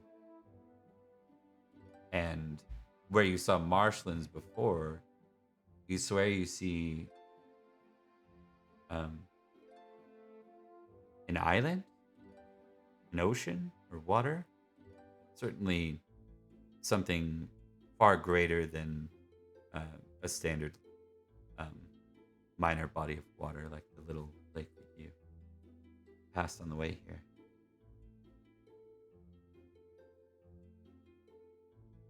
I'm going to test something.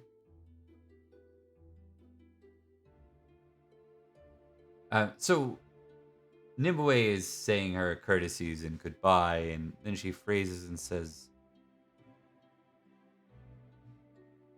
Elian, is everything... Mhm. She smiles. Do you see it? You see Avalon? I see an island on a lake. If that is Avalon, then yes.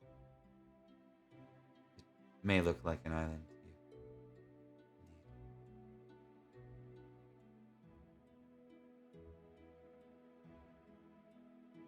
I thank you for taking me this far. Please look after my sister.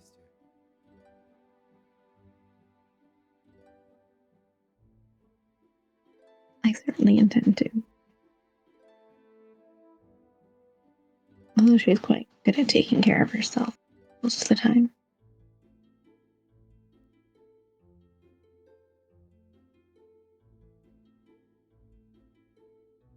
She is stubborn. She certainly is that.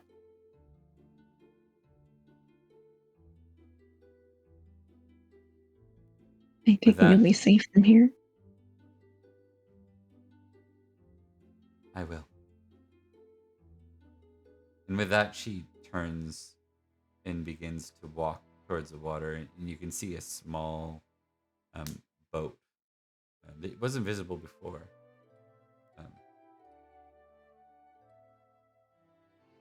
As she moves through the fog, you see like her own steed and the mule seem to kind of like dissipate in the fog. Like they're there a second and then they're gone.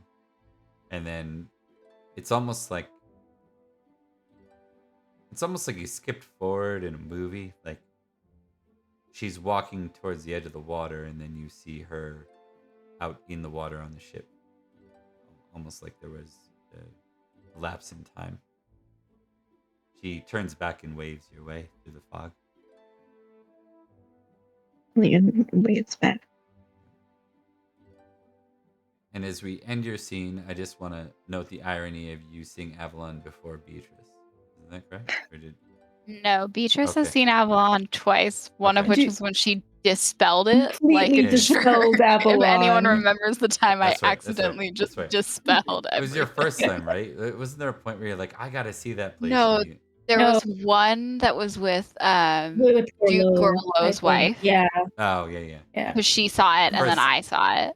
First time, right? And then the Okay. second time is when I did some Phew. things and accidentally dispelled everything around Avalon.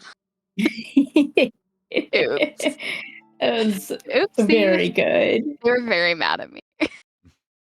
As they should be. You know, I probably So deserved it. Beatrice. Oh, she deserved it. She deserved to be yelled at for that. You didn't know.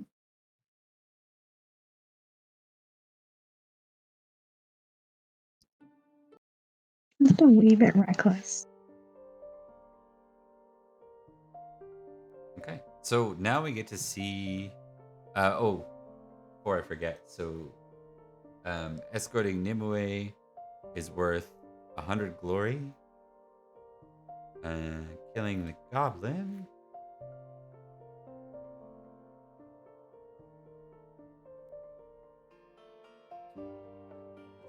Sorry, I'm just looking. They usually have a glory rating.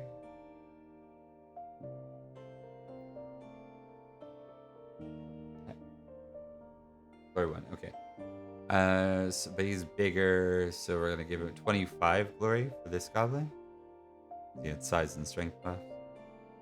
And then you're gonna get 50 glory for seeing a blessed lake of Diana.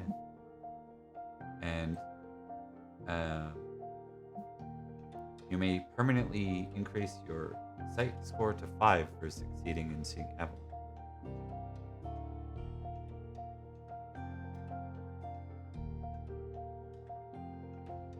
Is there anything I should make a note of for my sword? Yes, indeed. So your sword is now a blessed sword. It will increase your damage by a d6.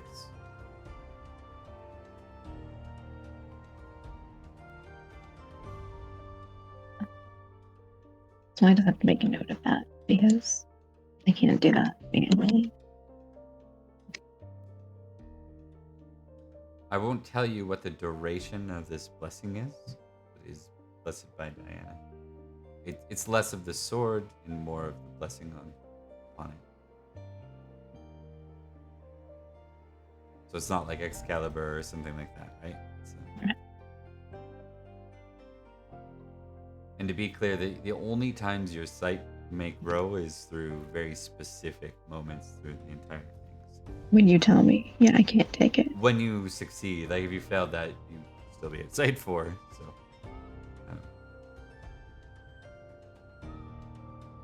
Okay, that brings us back to Barrow Crest for the closing vignette. We're gonna zoom in on Beatrice on the home front here. How did I get left in charge? I mean, technically, I think Idane is in charge. It's a Dane. Idane is in charge, but I'm helping because Idane has been stressed. Yeah. So I don't know how much help that actually is. It might You're actually be probably on detrimental, but you know. aid wrangling duty. You know. Indeed. Is there anything you want to prioritize? Actually, hold on. Let's start the way we started both these scenes. I need 2 D100. We're gonna see what kind of random shenanigans can happen. 5 and 50. I don't think I've ever rolled that low in a D100.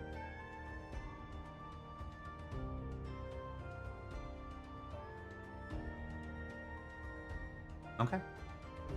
I can imagine what that is. So have we established Morgan moving on yet for the Knights? Yeah. She was getting ready to, like, she knew she had to leave and she knew it would be relatively soon, but we didn't have it hadn't happened yet. She hadn't left yet. Okay. I'm pretty sure it is Samhain when she's leaving. It's either Samhain I might or be wrong. winter. I can't remember. Yeah. But yeah. We had like a season. Okay. Beatrice, you are what would your, I guess, what are you doing with the apothecary now? I think because it was burned, if I remember right. Is that correct? It was a little damaged, or quite damaged, but it wasn't like burned to the ground, right? Like Yeah. it could be repaired. Like the foundation is still strong with a little bit of work. You could. I think she starts repairing it slowly. The biggest challenge with this is that this is probably the one shop that the monks won't help you build. Oh yeah, this is 100% the one. I did not expect them to help. Beatrice was like, "Yep, you do your thing, I do mine. We leave each other alone for the most part." Cadogan would probably help you if you asked. And apparently his picture's broken in that He's one. broken. And Mendodos spends at least 5 minutes out of the time with a cup of, who knows, could be water, could be wine. And he just says, "Oh, you forgot a part over here. You might want to get that next." I like to believe that the reason that he's only there for 5 minutes is that there's like a threat to punch him, or she actually hits him. Yeah. Like, you want to hit him? You can hit him. Yeah, I'm gonna hit him. Okay. She's not going to dump the wine on him. I think she essentially takes I think in this essence, because she sees him as a pest, I think she takes a broom or whatever she's using to clean up and just like repeatedly whacks him with it to get him to leave. He like falls over, like in some mud, and it's clear he's drunk. He like hits his head a bit. He's like, oh, kind of laid out a little bit for a minute. I think she says good and then goes back to what she's doing. Okay. Goes back to help, getting Katka to help with this house. Yeah. Okay. Do you have? Is it industry? Is that the skill? That is. The skill. I can assure you I don't, because I don't know what that is, which means that there's nothing in that. Oh. Is there actually industry? industry? I have 3. I have a 3. Okay. That's from original game creating. Original That's character true. creation Well, there. I think as a commoner, you start with a bit of industry, which would be. I wanted to believe I'd put something in that. I didn't. Because it's rather mundane, we're gonna have you test 3 times to see how this goes for you. I'm not expecting you to succeed, but we'll see if you get Sadly. any success. 2 more times now. Ooh. And a 3rd. A good thing I'm having people help me with this, because oof. Well, that one, it got so much closer though. You and Cadogan are a bit stumped. After you get through the tearing down the parts that need to be torn down, you're struggling to figure out what the next steps are. This is something like the monks are good at. This is something something that Idane might be good at. Ladies tend to be trained in something called what's it called? Distaff, right? Which includes industry. Distaff is, Yeah. yeah. Yeah, I might have Idane advise, because I assume she's not doing like the heavy lifting. Just tell us where to put things. Okay. You've helped her out like many times. I think it might be a different situation, but you've spent time looking after her little ones. She's quite grateful for that. So I think given that. Oh, by the way, no dog aid as of yet. Yeah, I figured. And, I figured we were gonna see dogs for a while. I'm gonna test one more time for Brockville because it's hilarious. Rockvale, he's alive. Presumably, as of now. I really thought he was dead. I'm not gonna front. I was like, that man is gone.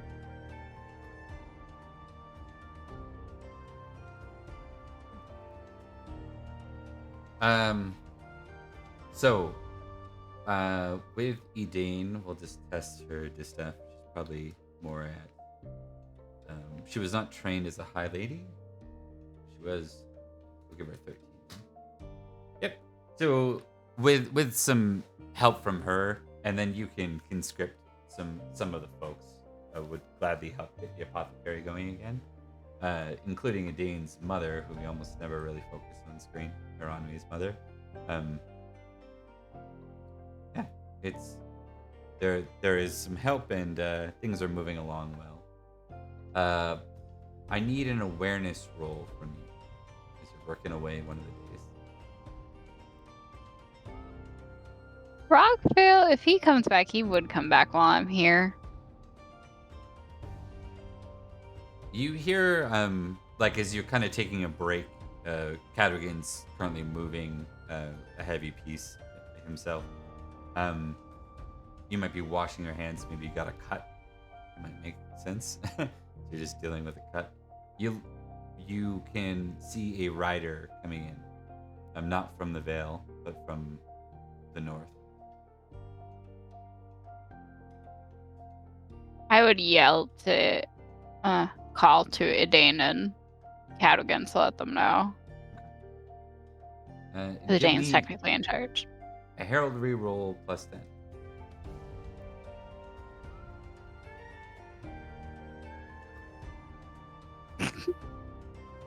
Sorry. No, meant to be a. I had 0.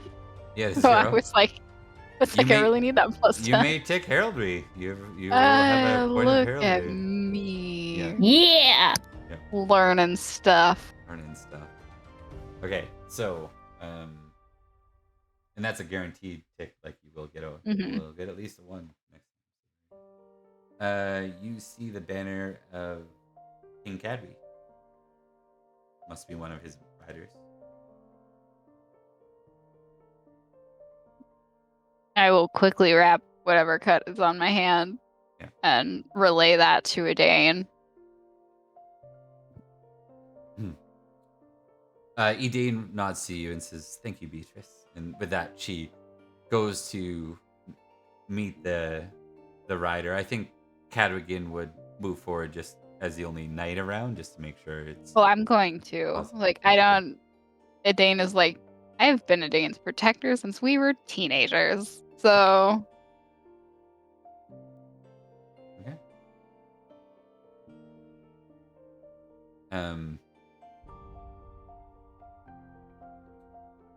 The rider rides in. We're gonna give him a name. Ioworth. It's a super common name because we roll that all the friggin' time. So it must be one of the more common ones. It's not. I will note that in the random Kimrick tables, one of the best names we've ever rolled happened this week, and it was Wooloo. So, Wooloo? That's amazing. that was the name. Yeah. Oh, I want someone to be named Wooloo. Yeah. Well, maybe one day you'll meet. Hopefully not though. Probably not a good idea. But the rider, Sir Ioworth, says, "I am Sir Ioworth. I'm here on behalf of King Cadwy. I come from the Axe Bridge, or no, Yeah. not the Axe Bridge. Forget what it's called. Forget the name of the capital of Summerland."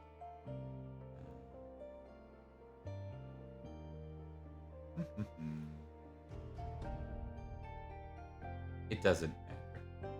It is. I forgot the name of it too. Capital. That's much less surprising, but That's We're not Well- talking about Butcum, are we? no. no. She just wanted to say He that. just wanted to say that. What are you talking about?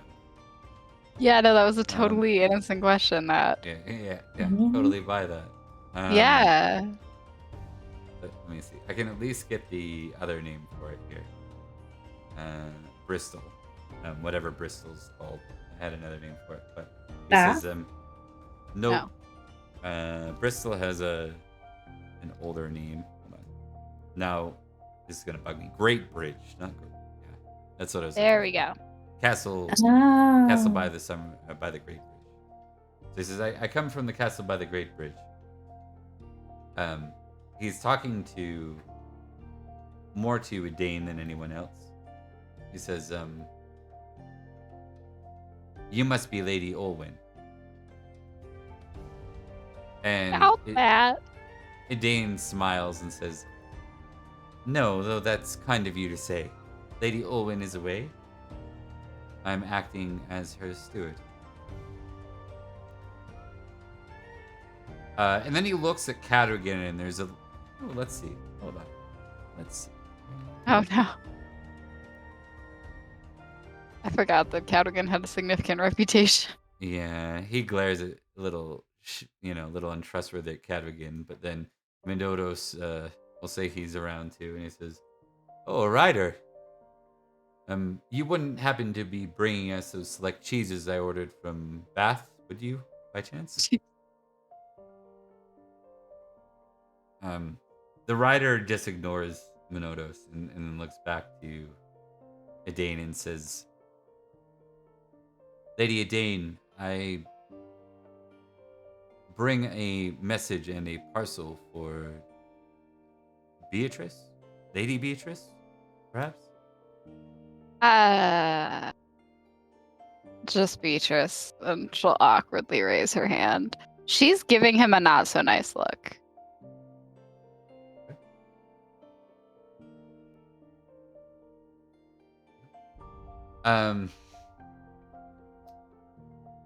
He dismounts and makes his way over to you.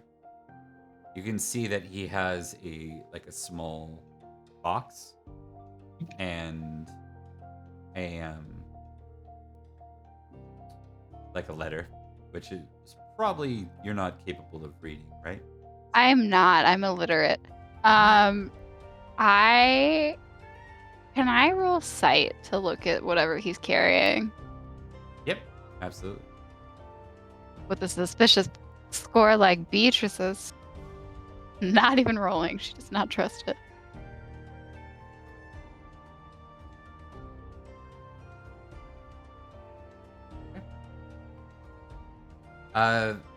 There's no indication of any sign of magic or glamour Cool. from the box. Though the envelope, Does it look like bad? hard to No, say. or just weird. A hint of magic. She'll take it from him. Okay. She'll open the letter and then just lean to. I'm assuming all of these people can read, Yeah. minus her. So she's just going to lean to whoever's closest spatially and just Probably Cadogan then. like show the letter. Because they're all used to the fact that she doesn't. Yeah. Wait, can she read? You have I read think it's Latin? writing. I think writing is the problem. I don't think you have Latin. Oh, I don't have Latin. No, only Agam. So, Cadogan, you kind of can you tell me what this says? And he looks at it and he says, it appears as if someone's marked the page with scratches. He also illiterate. Do I know? Would I know at this point if he can read Latin, or have I asked the wrong person? Cadogan? You thought he could. Yeah. He's read letters before, for sure. Can I read it? Yeah, it's Agam. Oh, fantastic! Why don't You you can't give read me, Agam. Why don't you give me a Agam +5 test? See if you can get a tick here or not. Nope. No. But it doesn't mean you can't read it. It just means that you don't get that. Yeah, I won't get any better at it. You won't get any better from reading this.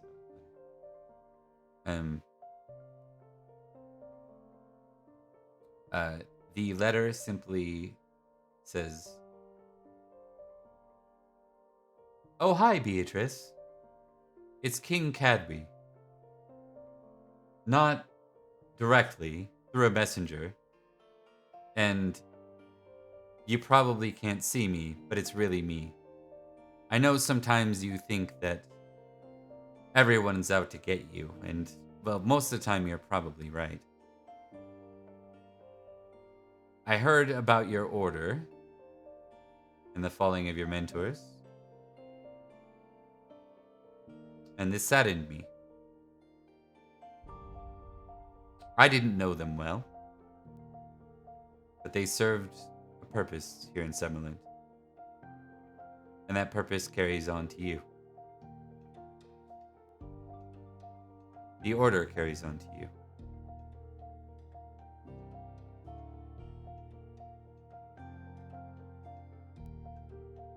A druid recently passed. He was a friend of mine. I would like you to have his ring.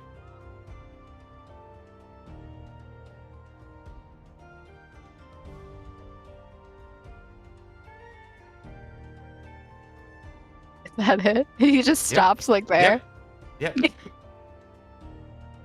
it's signed Cadwy at the bottom. King Cadwy. Yeah. King of, with the and then abrupt. it goes through all the formalities. It's almost like a stamp, the markers as Yep. well. There isn't a stamp, obviously, but it's it's very. She'll open specific. the parcel. Okay. You see what looks like a ring made from fibers, not from metal.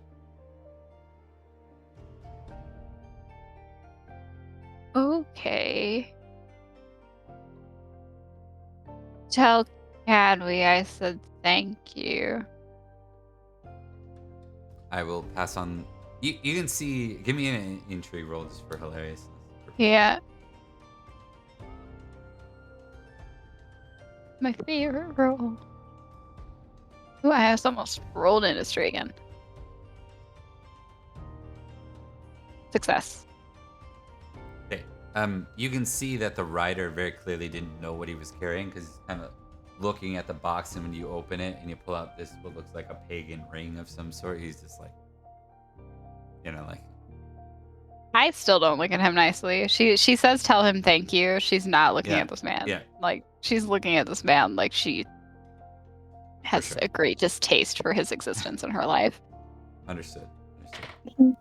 His lord is a magician king, and he is disdainful. Pagan. Yep. A lot of his knights are ordinary.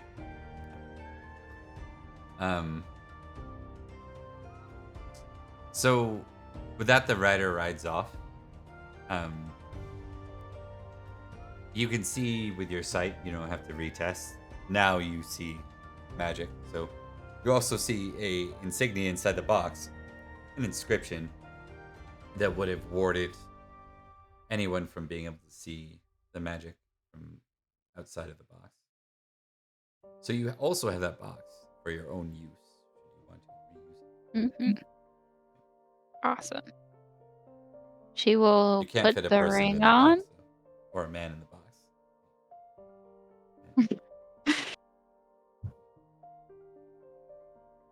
She'll put on the ring. Oh Lord.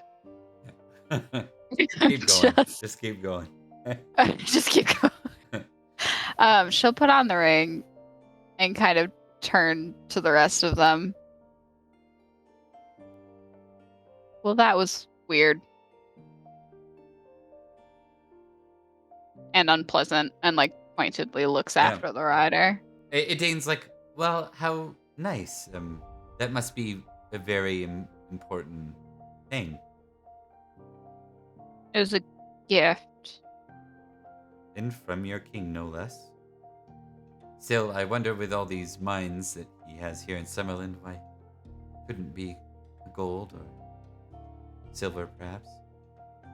Actually, she says silver because silver mines are super thing, and Uther invaded here for silver.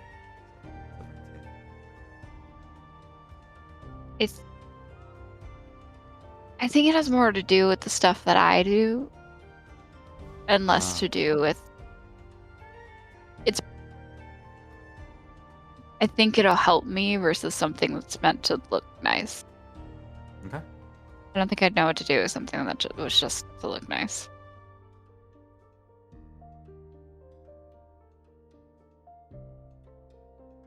All right. There's no sign from the ring. It's hard to know what it even really does.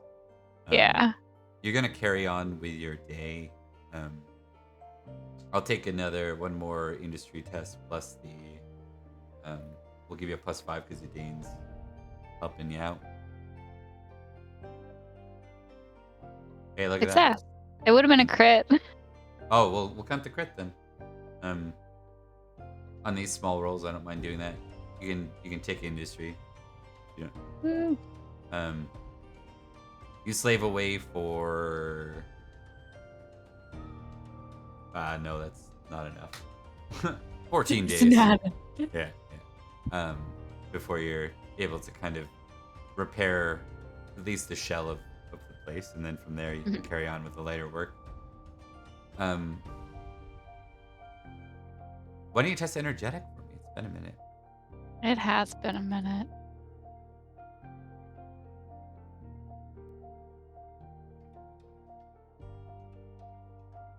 Success. Not a great one, but a success. Yeah, things are still going strong for you. You're feeling better after that long fatigue you had from casting spells. As the night, kind of the day turns to night, and you guys finish your work, Is there anything you want to do before you retire for the night? I would like to go see my father. Okay.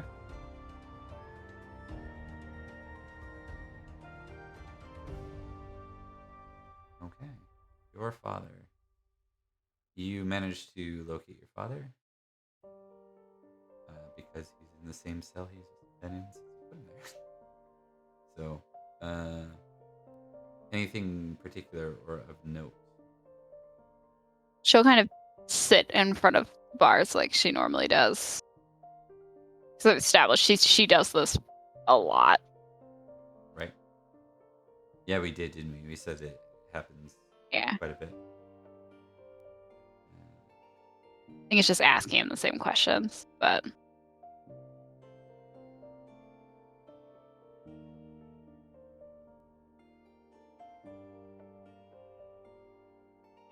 hello.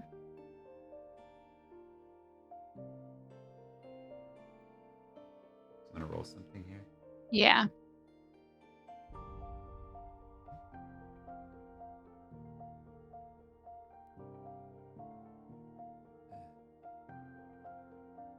Beatrice, I seem to be stuck. How did I get? Has he there? ever recognized me before? Not really. Not like that. Yeah, because she's never told him who she is. She's been asking the same, like, Mm-hmm. There's been moments where like you see hints of like recognition, but never yeah, called you out this. by name or. You know who I am. He kind of stops and he thinks. He's like, I do, yeah. You're my daughter. Yeah. I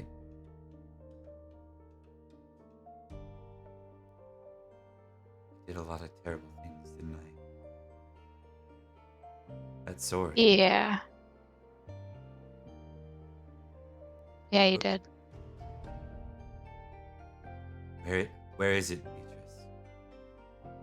It was taken by another man who went mad with it, too. Well, not yet. You'll have to stop him the moment he kills another. It's too late for that. You've been gone a while.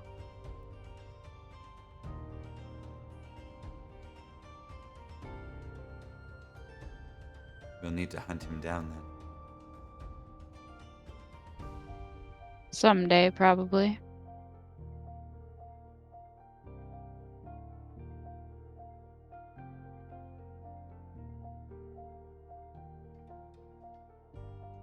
She looks very awkward for a second. Yeah. He looks confused. Well, It's almost like he's trying to make sense of how these memories are here. yeah. He's recognizing them. And he says, your sister's okay as well? She is. She's back where she belongs now.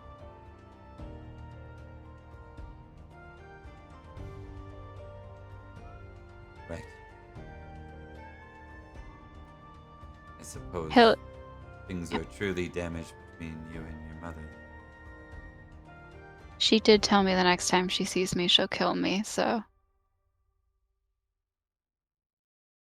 It was a promise more than a threat.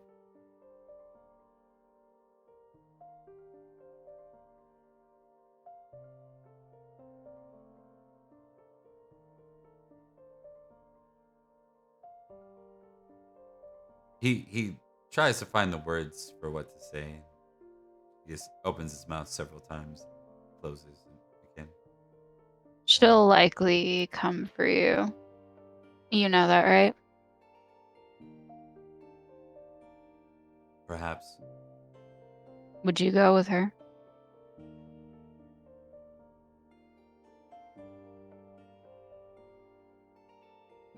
I do love her.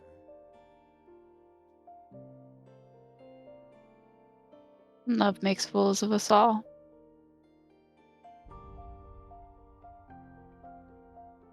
I wouldn't kill for her. Not like I did. Not like the sword made me. I heard you were a pretty proficient killer before.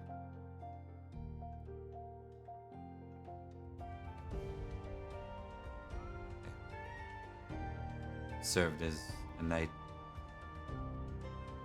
for the Duke and Duchess.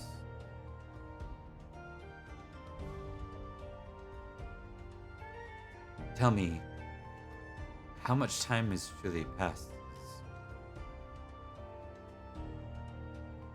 Does Duke Orlo still live? Perhaps I can make amends. I got to meet him shortly before he died. His wife married then King Uther. Uther. Orlo hated Uther. Uther hated Orlo. I don't think there was much choice in it. Uther's dead.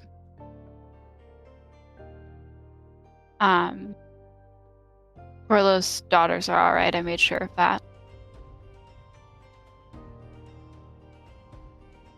And Did you say King Uther? So King Aurelius Uther. is no longer as well. That would be correct.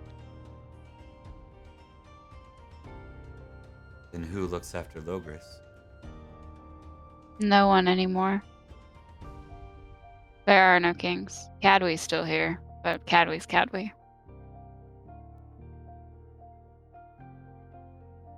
Magician King.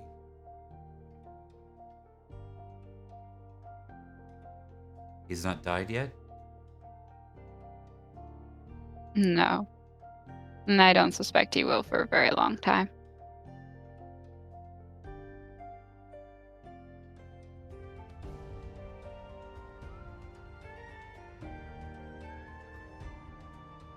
He sits down.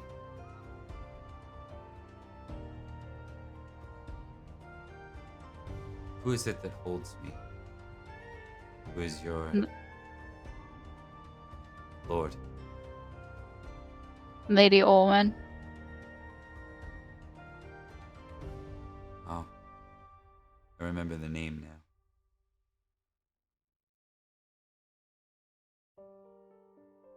They haven't decided what to do with you yet.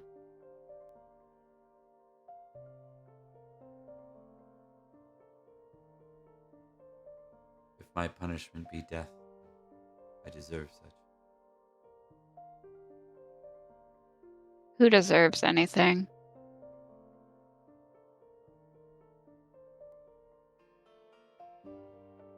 I wouldn't have you die, if it means anything. Our family's kind of decimated.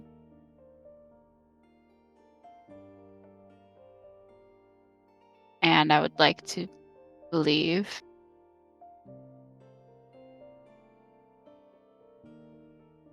that there could be one more person that actually cares.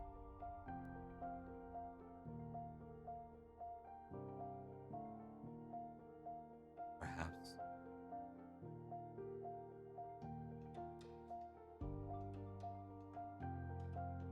I'm sorry that we never knew each other. I think I'm like you in some ways.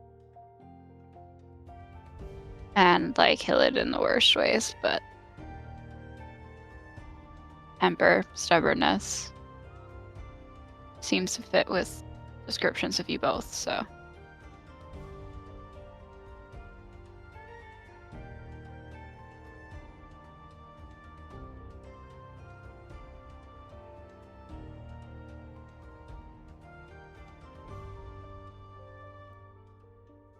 For what it's worth,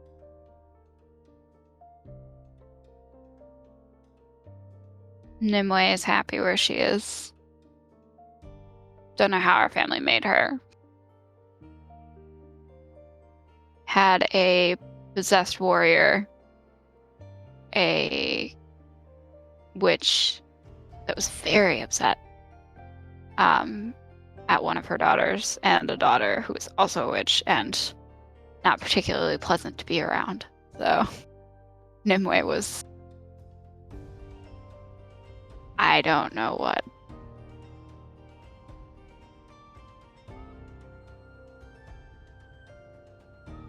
But she'll be happy where she. When she was born, they say that there were signs from the goddess. She was her chosen.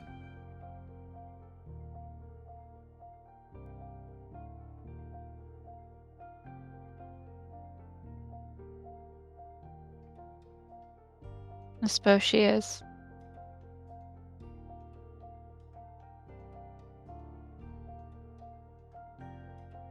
She's one of the ladies of the lake, so she'll never marry or have any children.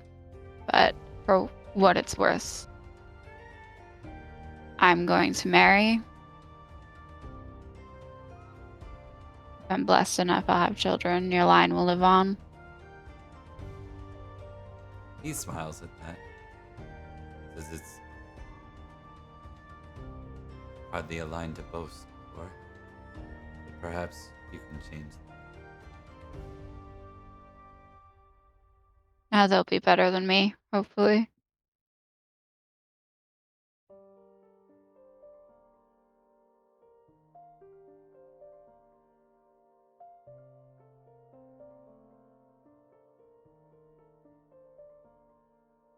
Everything is fuzzy.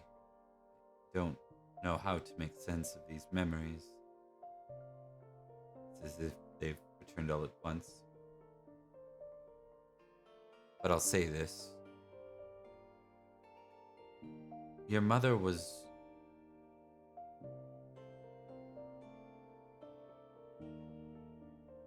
She was the kindest lady I ever met. Even under the curse, I craved the blood of others. So did. I wanted it to end. And your mother took sympathy on me. She cared for me when I didn't deserve it.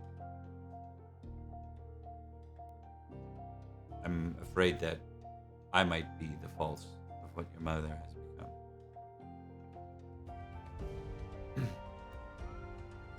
I think a lot of things happen to make her what she is.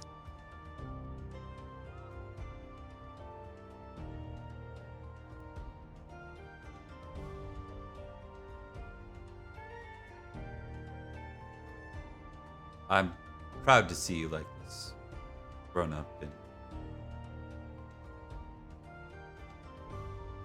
in charge, I suppose.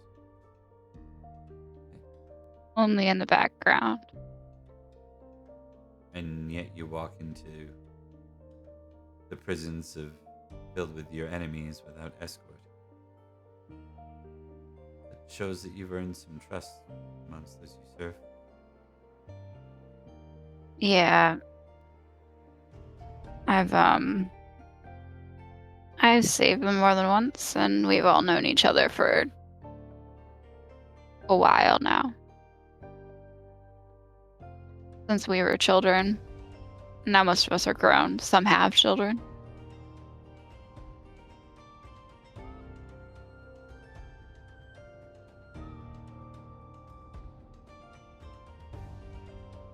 If I am to be put to the sword, I have one request.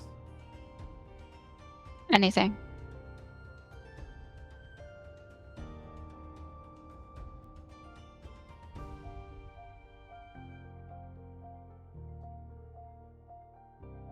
When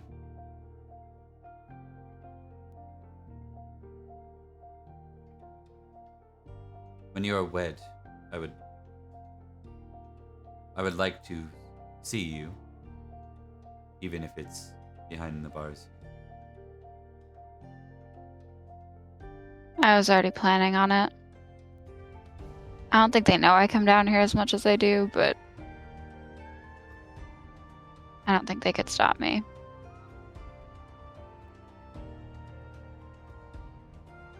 That's one thing I did inherit from mother that was useful. They couldn't stop me if they tried.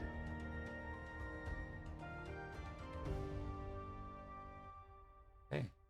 So it's 10:30. I'm gonna start moving us towards a close Yep. now. But before I do, Beatrice, do you have divination? I think I have a very low one. I do. Okay.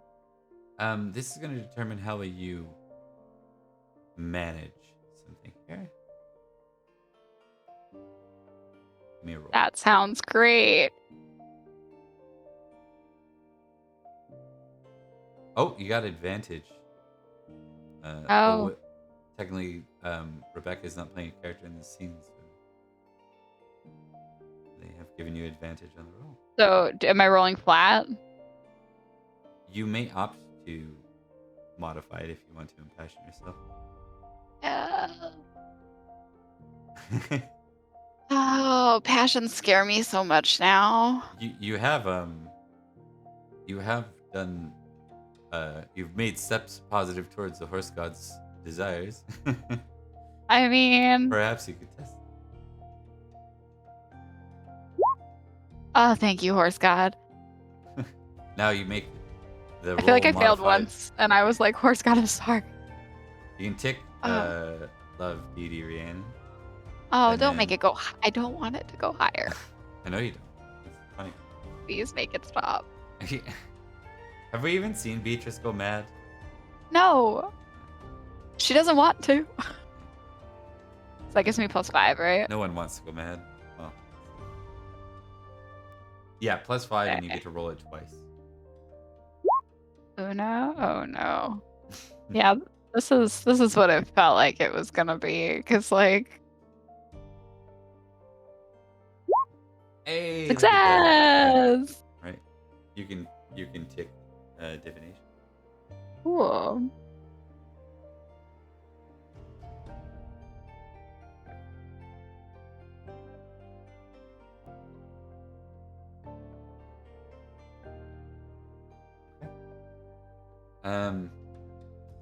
And then roll me 2d100.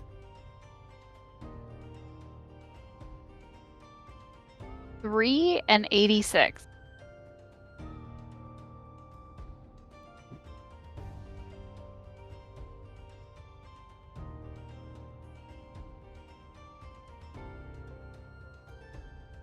You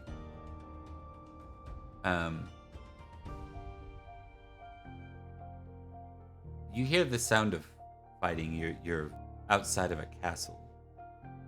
And as you move towards the castle, just instinctively, again, this is some kind of vision, a dream while you're sleeping. You hear a cry from inside. You can tell that someone's been wounded.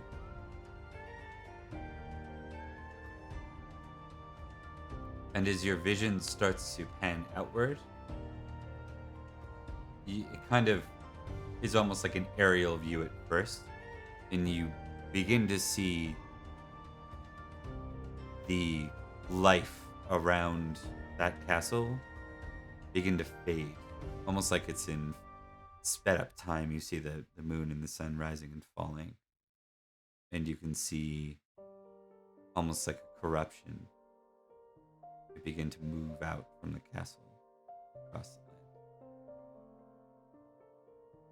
You continue to pan outward, and the corruption continues across most of Britain.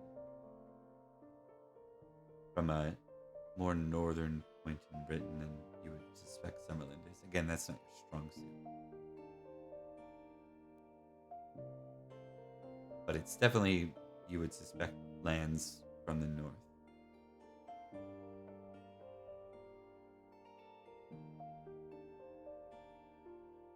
And at that point, you feel hands come up around your bed and grab you.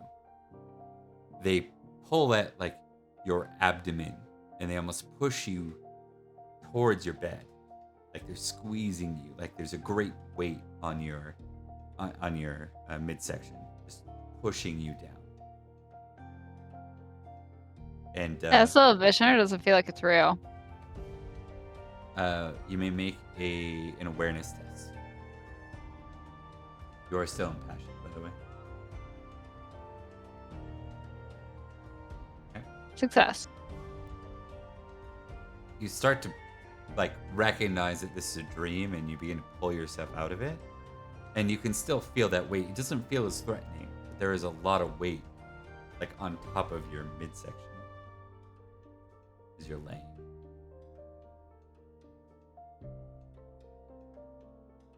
I'm now debating in my head how close Beatrice keeps the knife to her bed.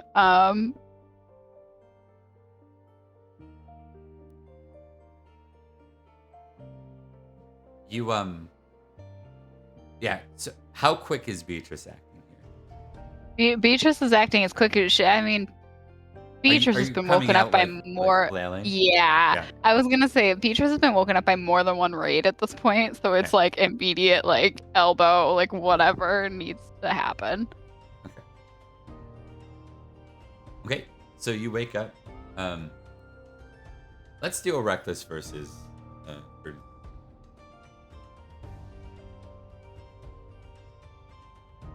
Is sort of how quickly does your do your senses come to you and clarify what's happening before you react.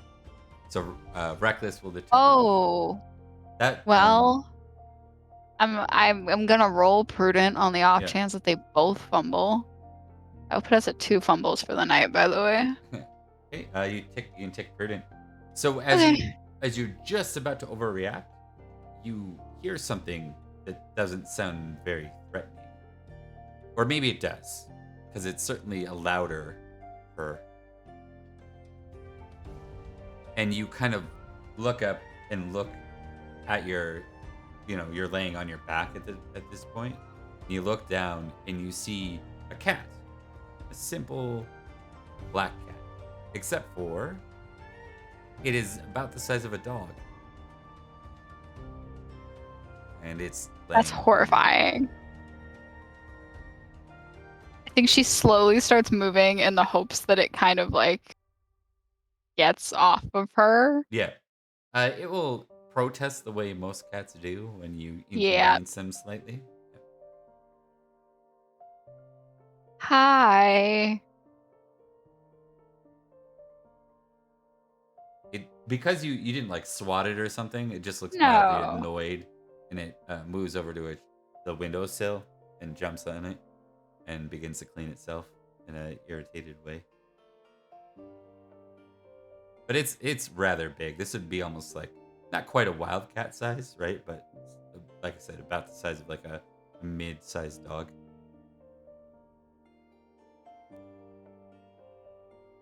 She's going to whose room? Because I'm assuming she's staying. You have your own. You have your own room. Yeah, I think she's just gonna like, without looking away, like do the like search for the door, like open the door and just see who is in the hallway or who is close. Yeah. Oh, you get out there and you see, Brockvale. And his Brockvale's hair's a back? little. Yeah, he looks like muddy and a little confused. Hey, Brockvale. Beatrice. You're alive. Yep. Yeah, do you know why there's a giant cat in my room? What? And he kind of looks, and as he looks inside, he goes to like reach for his blade, but he doesn't pull I it. Right? grab He his just hand readies before he himself. pulls it. Yeah. It hisses at him. It seems to like me as much as the cat likes anything. Right.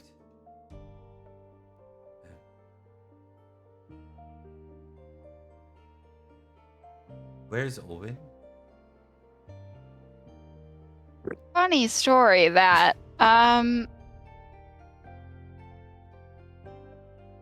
she had some duties to attend to elsewhere and had to go do that for at least fall.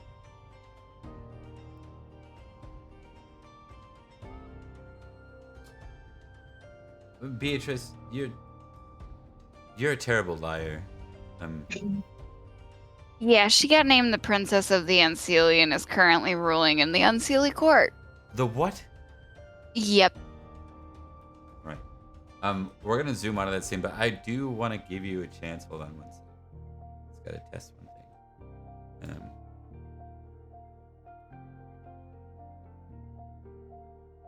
I do want to give you a. This will not be modified. I need a fairy roll. Okay.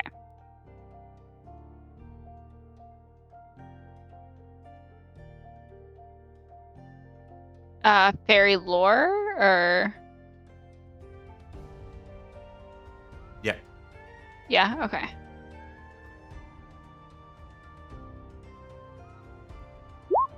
Failure. Okay. No idea what that cat is.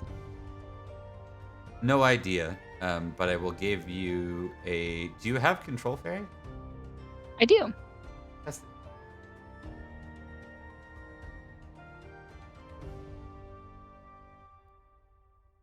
Oh, it's actually quite high. I mean, for any of my spells, it's actually quite high. Ooh, failure. Okay. But I have a 9. Yeah. Nice kitty. I'm gonna give you. You're not gonna get a success, but we're gonna see how long this takes. So make a D8 roll, and then test that again. Okay, 7 days pass. Another test. Of the control. Yeah. Okay. Do I add my passion to this or no? No passion. I didn't think so. Okay. Okay. Oh, success. So no, you won't get to tick this. However, it takes you a week or so, and you saw the magic on the ring. Apparently, it is linked to this cat. Lovely. Have a cat. You have basically a familiar. Yeah. I just like that I look more intimidating because I walk around the grounds with a dog-sized cat.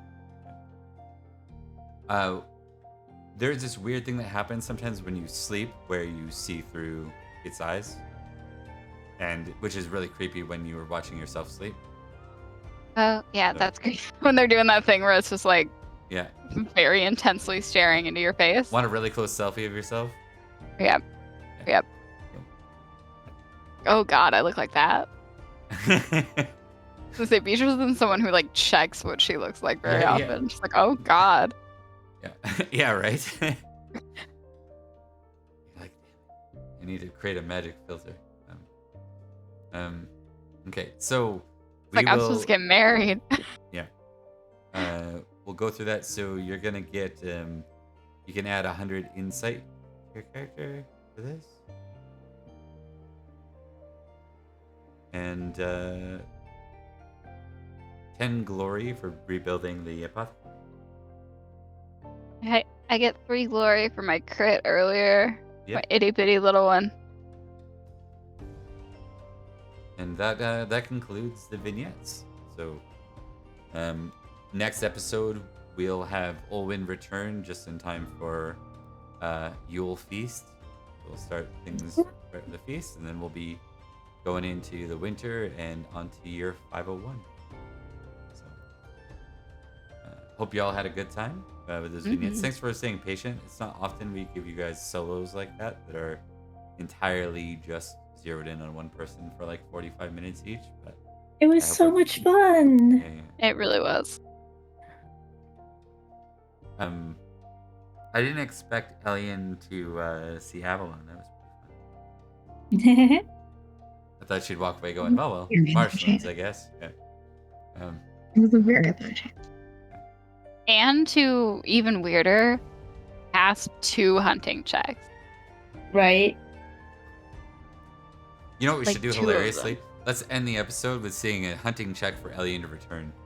Yeah. Yeah. We need to know where you are at the beginning of next episode. Oh my god, I love it so much. I'm so worried. Okay, you're good. Look Hell at yeah. You'll return. you. Wow. Elian, the sometimes not lost. Alien, the not all who want are lost. Yeah, I was gonna say I'm not gonna give more than not sometimes lost. Because most of the time, Elian is indeed lost. Yeah, so that was fun. We got a bit of character growth in both. I'd say all of you have a little bit more power and a little extra stuff going on. That's Yes. I should Very name the cool cat. visions all around. By the way, when you increase your insight to the next, like if you ever get 1,000 insight or more, then you actually can grow one of your talents, so like control fairy, insight, or Ooh. sight. Anything, including religion, pagan, also is another one. You can do. Or any of your pagan religious traits and spiritual. Neat. So there's some stuff you can do with it. But let's go ahead and do a quick close here. Almost 2 a.m. for our East folks. Standard Yeah. we'll start with you, Rebecca. Hi, I'm Rebecca, and I played Olwyn, and I got to have a literal bloodbath. That was cool. And I had a little Edric on my shoulder for part of it. Little what? Edric. Oh. I'm thinking in character. I don't know why I was. That's my late. You go to bed. Not before Bad Batch and explanation. Hell yes, Bad Batch. Emily. Hi, I'm Emily. I played Beatrice, and I need to name a cat. Yeah. I need to look through the Kimrick name list, though. Percival. Wooloo. I'm gonna take Wooloo. Also, we should note, just for Emily out of character, you will want to regrow your order because there's like those rituals and stuff you did with them, so you're probably gonna want to find some apprentices. Yeah, we're gonna put out an open call to that. Okay. Just maybe a note for yourself to remember that, because I probably won't guide that one for you. To do it proactively a little bit. Absolutely. And we'll go to Nicole next. Hi, I'm Nicole. I played Sir Elian, who managed to not get lost despite 3 hunting rolls. Not only did you pass 3 hunting rolls, but your Fae passion dropped by 4. It did. So It dropped significantly. you are far less lost. Now you have a shot in hell of passing your other Anything passions. else. Yeah. Okay. Well, I'm Bob. Thanks for all the raiders that came in. Check that out. It was a Thank you little so more much. of a different session. We normally do this in a different way. I'll show you. Let's cut over to that screen real quick. Since we've got some various viewers in here, we might as well show the map. So there are a lot of references to other things and other people. It's because we play a shared Pendragon setting over 3 nights a week. So this was a game set in Summerland in Barrowcrest Manor. It deals with the behind-the-scenes look of kind of the pagan religion, as well as the Ladies of the Lake and other sort of secrets that the mundane world does not see. So it's not really following around a group of knights like most Pendragon games are. It's instead taking a look at the other side of the Arthurian lore. And we've officially gotten to the 2 canon characters I really wanted to see have strong representation here, which is Morgan Le Fay, a young Morgan Le Fay, and a young Nimue. Percy. Of course, we got Percy the cat. This Right is there. not Percy. This That's is facts. that's That's Facts. facts. Oh shit! You're Percy's my right. Siamese. I'm so used to it This being is the Percy. calmer one. We Who's also have Yeah. thinking about my Facts. antics. Salisbury on Sundays and Nantelia's Legacy on Fridays. If you're Ooh. interested, check them out. I'm gonna pass on the love since we do have a larger than normal group here.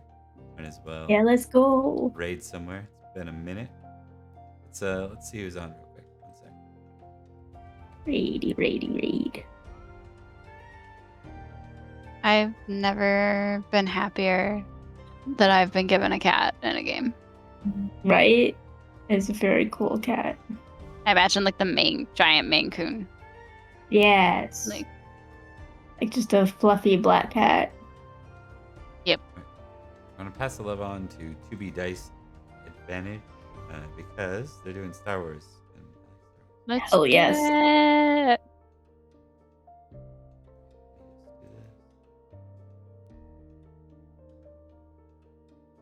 Hopefully they're not closing. Let me just refresh real quick. See, they have one here, so Yeah. whatever. We'll give it a try. Let's give it Let's a try try. it. Let's go. Bye, everybody. Hey. Have a good one, and we'll see you next time. And we're raiding out now.